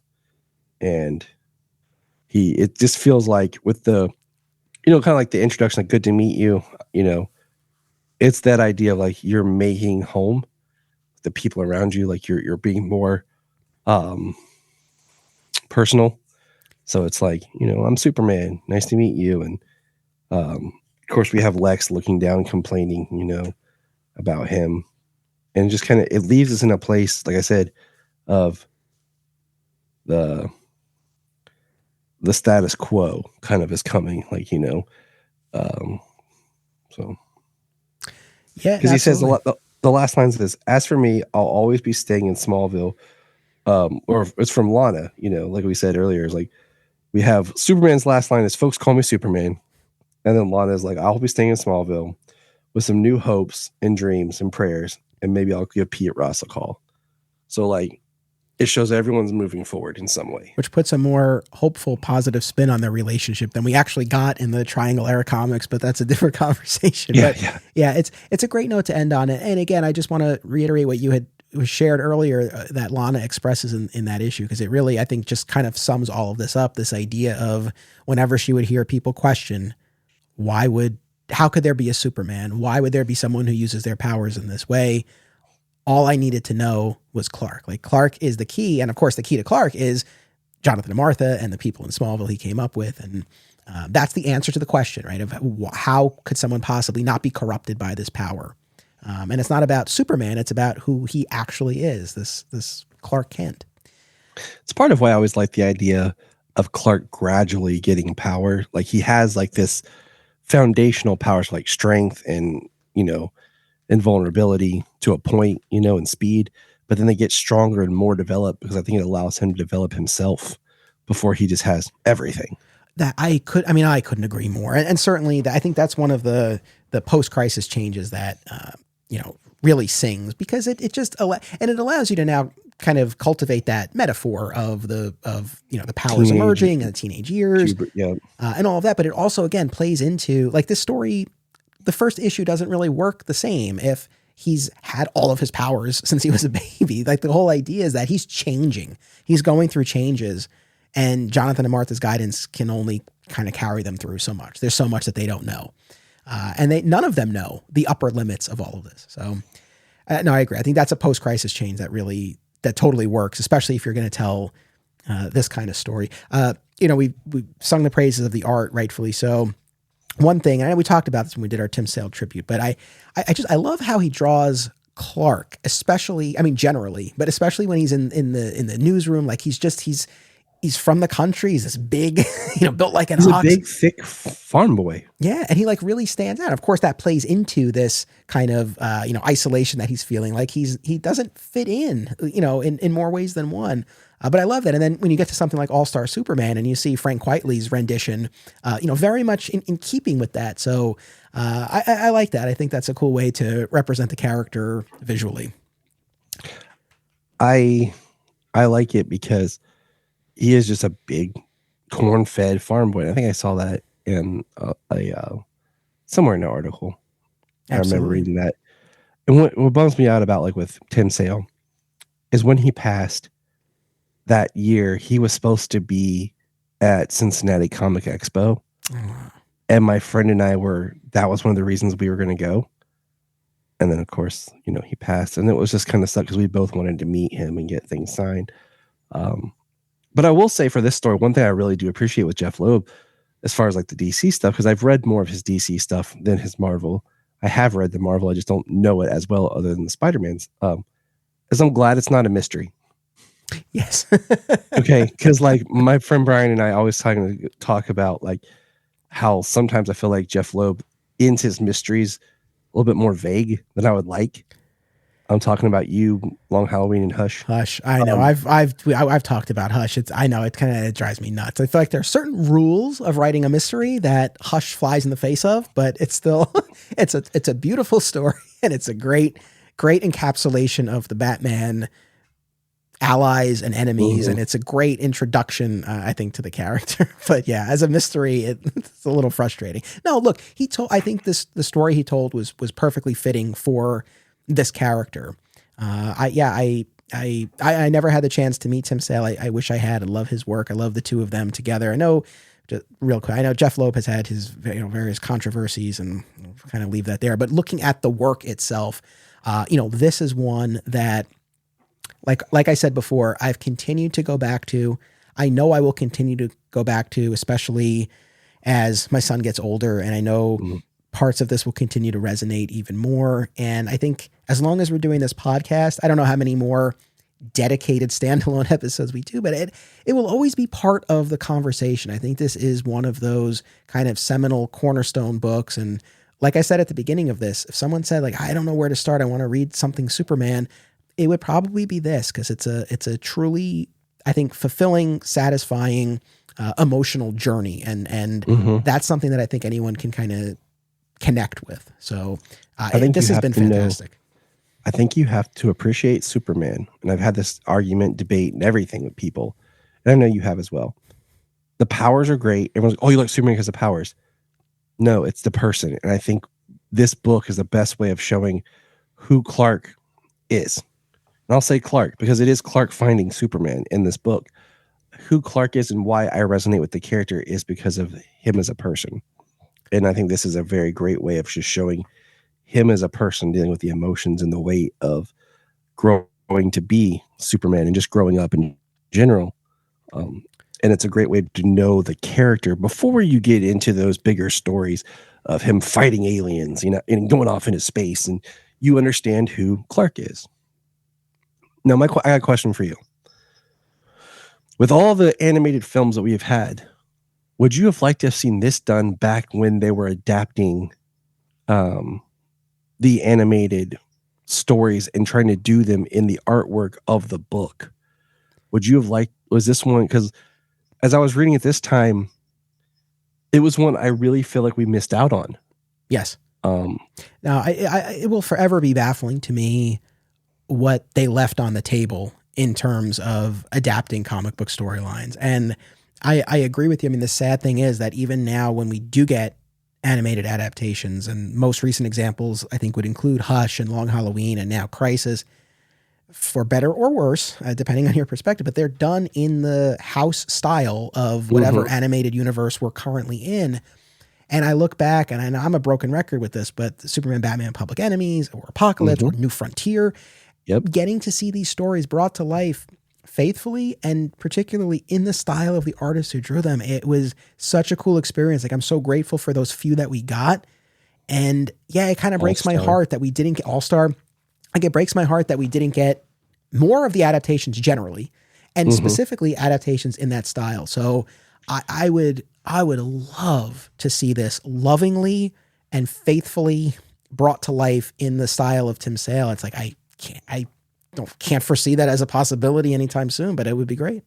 I don't see it anytime soon, since things are changing in the way that where they are now. And I think there's a reason why Crisis is happening like it is right now with all the changes. You know, I don't know, like when I was buying, they used to come with like an insert in the Blu-rays where you could log in, and it would be like a questionnaire of like, how many do you buy? Have you seen this one? And then like at the end, it would ask you like, which ones do you want us to see do? And one that I always voted for was this, you know, and Hush was one I always, you know, clicked on. And I was just like, you know, I think about, for better or for worse, what All-Star the movie was, but you had that style where the artwork, even when they tried to do the Killing Joke, they talked about how they tried to find something very similar to the art style that was, they could animate. And I'm like, okay, you know, I'll give them that. So like looking at, you know, Tim Sale's art, I'm like, I think that could have been like, we missed out on something kind of, you know, how if they would have incorporated a little bit something like, because like you open the book here and you have like the picture frames and stuff like that. I just see a really good opening credits. Yes. With the picture frames kind of telling us little stories, little glimpses, and then into the story. And I just feel this was a missed opportunity for a really great animated film. And like I don't foresee it ever getting done correctly. Sad but true. But at least we have this. I know they put out very recently a beautiful absolute edition of it. I didn't pull the trigger on it. I typically have shied away from that format, mostly due to just the size and the readability aspect of it. But I remain tempted, and I might. This is one that if I were going to get anything in absolute edition, this would be an exceedingly worthy contender. But whether or not I add it to my shelf, I'm glad that they put it out there. It's so deserving of the treatment. But at a minimum, again, that recent trade that's there, and that's the one that, I mean, you read it in any form you can, but that current trade, again, under $20, and you get, again, this miniseries that we talked about, plus those supplemental stories. So you get all of the Loeb and Sale Superman collaborations together. You know, this is not a paid advertisement from DC Comics. It's just as a fan, from this fan to the fans listening, fans of Superman. It's I think a great volume to have. I agree. Like that was the digital version that I read, you know, and then of course I have my trade that I've had for years here.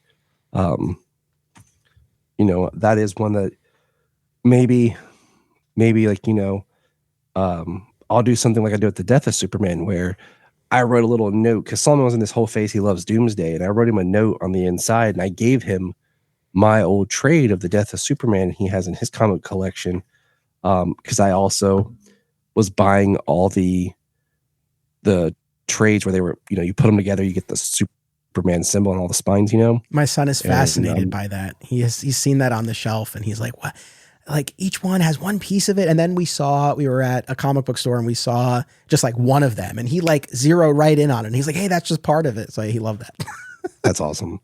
So maybe what I'll do is I'll save this and, write a message for him in it. And I don't know, maybe I'll save this and this book right here, and I'll write him something, and I'll save it for when he graduates and just kind of give it as like a parting gift. And I'll buy the one, that new one, because I really like having those backup stories, because I don't like having two of something. Like it's me.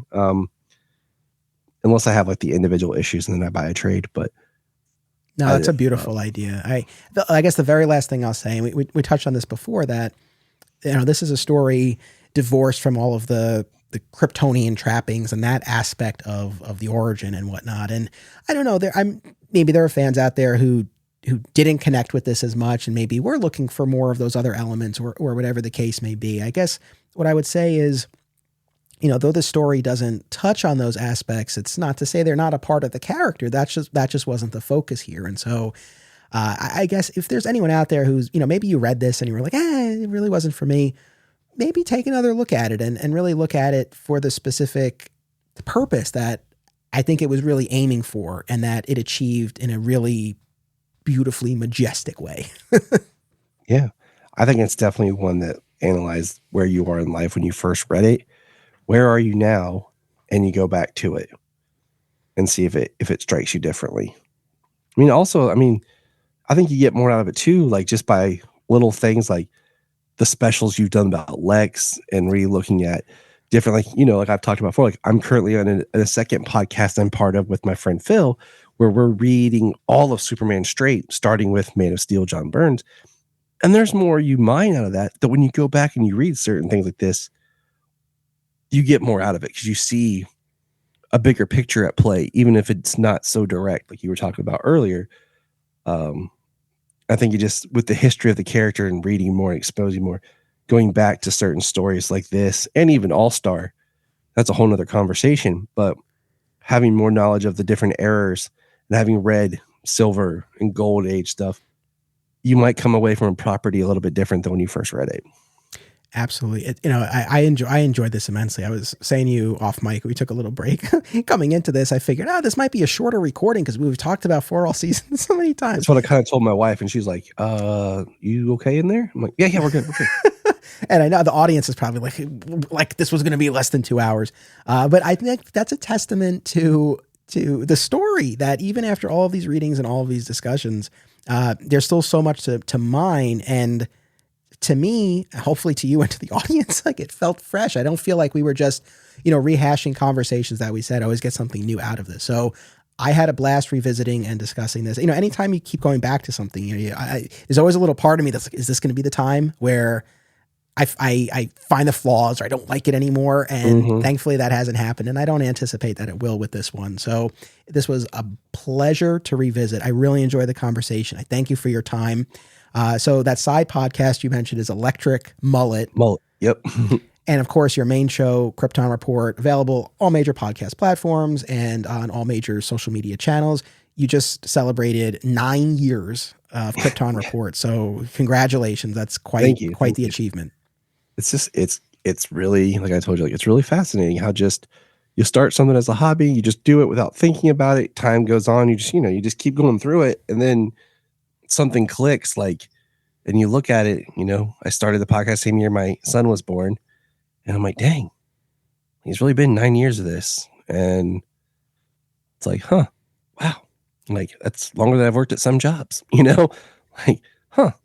Time flies. I've recently, one of our last episodes, I referenced one of our earliest episodes of this podcast, and it's like, it was like 4 years ago. I mean, it's crazy. It's going so quickly, but this process remains really just a beautiful and fulfilling one. And our guest on the next episode is Justin DeVoe. And at the end of last year, I was at his wedding, and cool. I met him because of podcasting. So it's a beautiful thing. And though you and I still have not occupied the same physical space, we will sometime. I become such great friends, and I can say that about everyone who's been on the show. And that's really a beautiful thing. So I thank you, Tyler. Really? I thank you, audience. Always appreciate you tuning in. Make sure you come back next week. And until then, as always, it's about what you do. It's about action. Hop in the Supermobile and join us for the spin-off podcast Beyond Metropolis, available exclusively for members of my Patreon community. It's a monthly tour across the DC universe with the signature Digging for Kryptonite style applied to your other DC favorites. Additional Patreon rewards include advanced listens, sponsorships, and more. We offer regular monthly memberships, discounted annual plans, free trials, and a la carte purchases. Visit patreon.com/Anthony Desiato or click the link in the show notes for more. Thank you all. Be sure to check out our sister podcast series, Another Exciting Episode in the Adventures of Superman, an episode-by-episode breakdown of the classic George Reeves television show, available wherever you get podcasts. Please join us on social media, become a patron, and subscribe, rate, and review today. Links are in the show notes. Thank you all.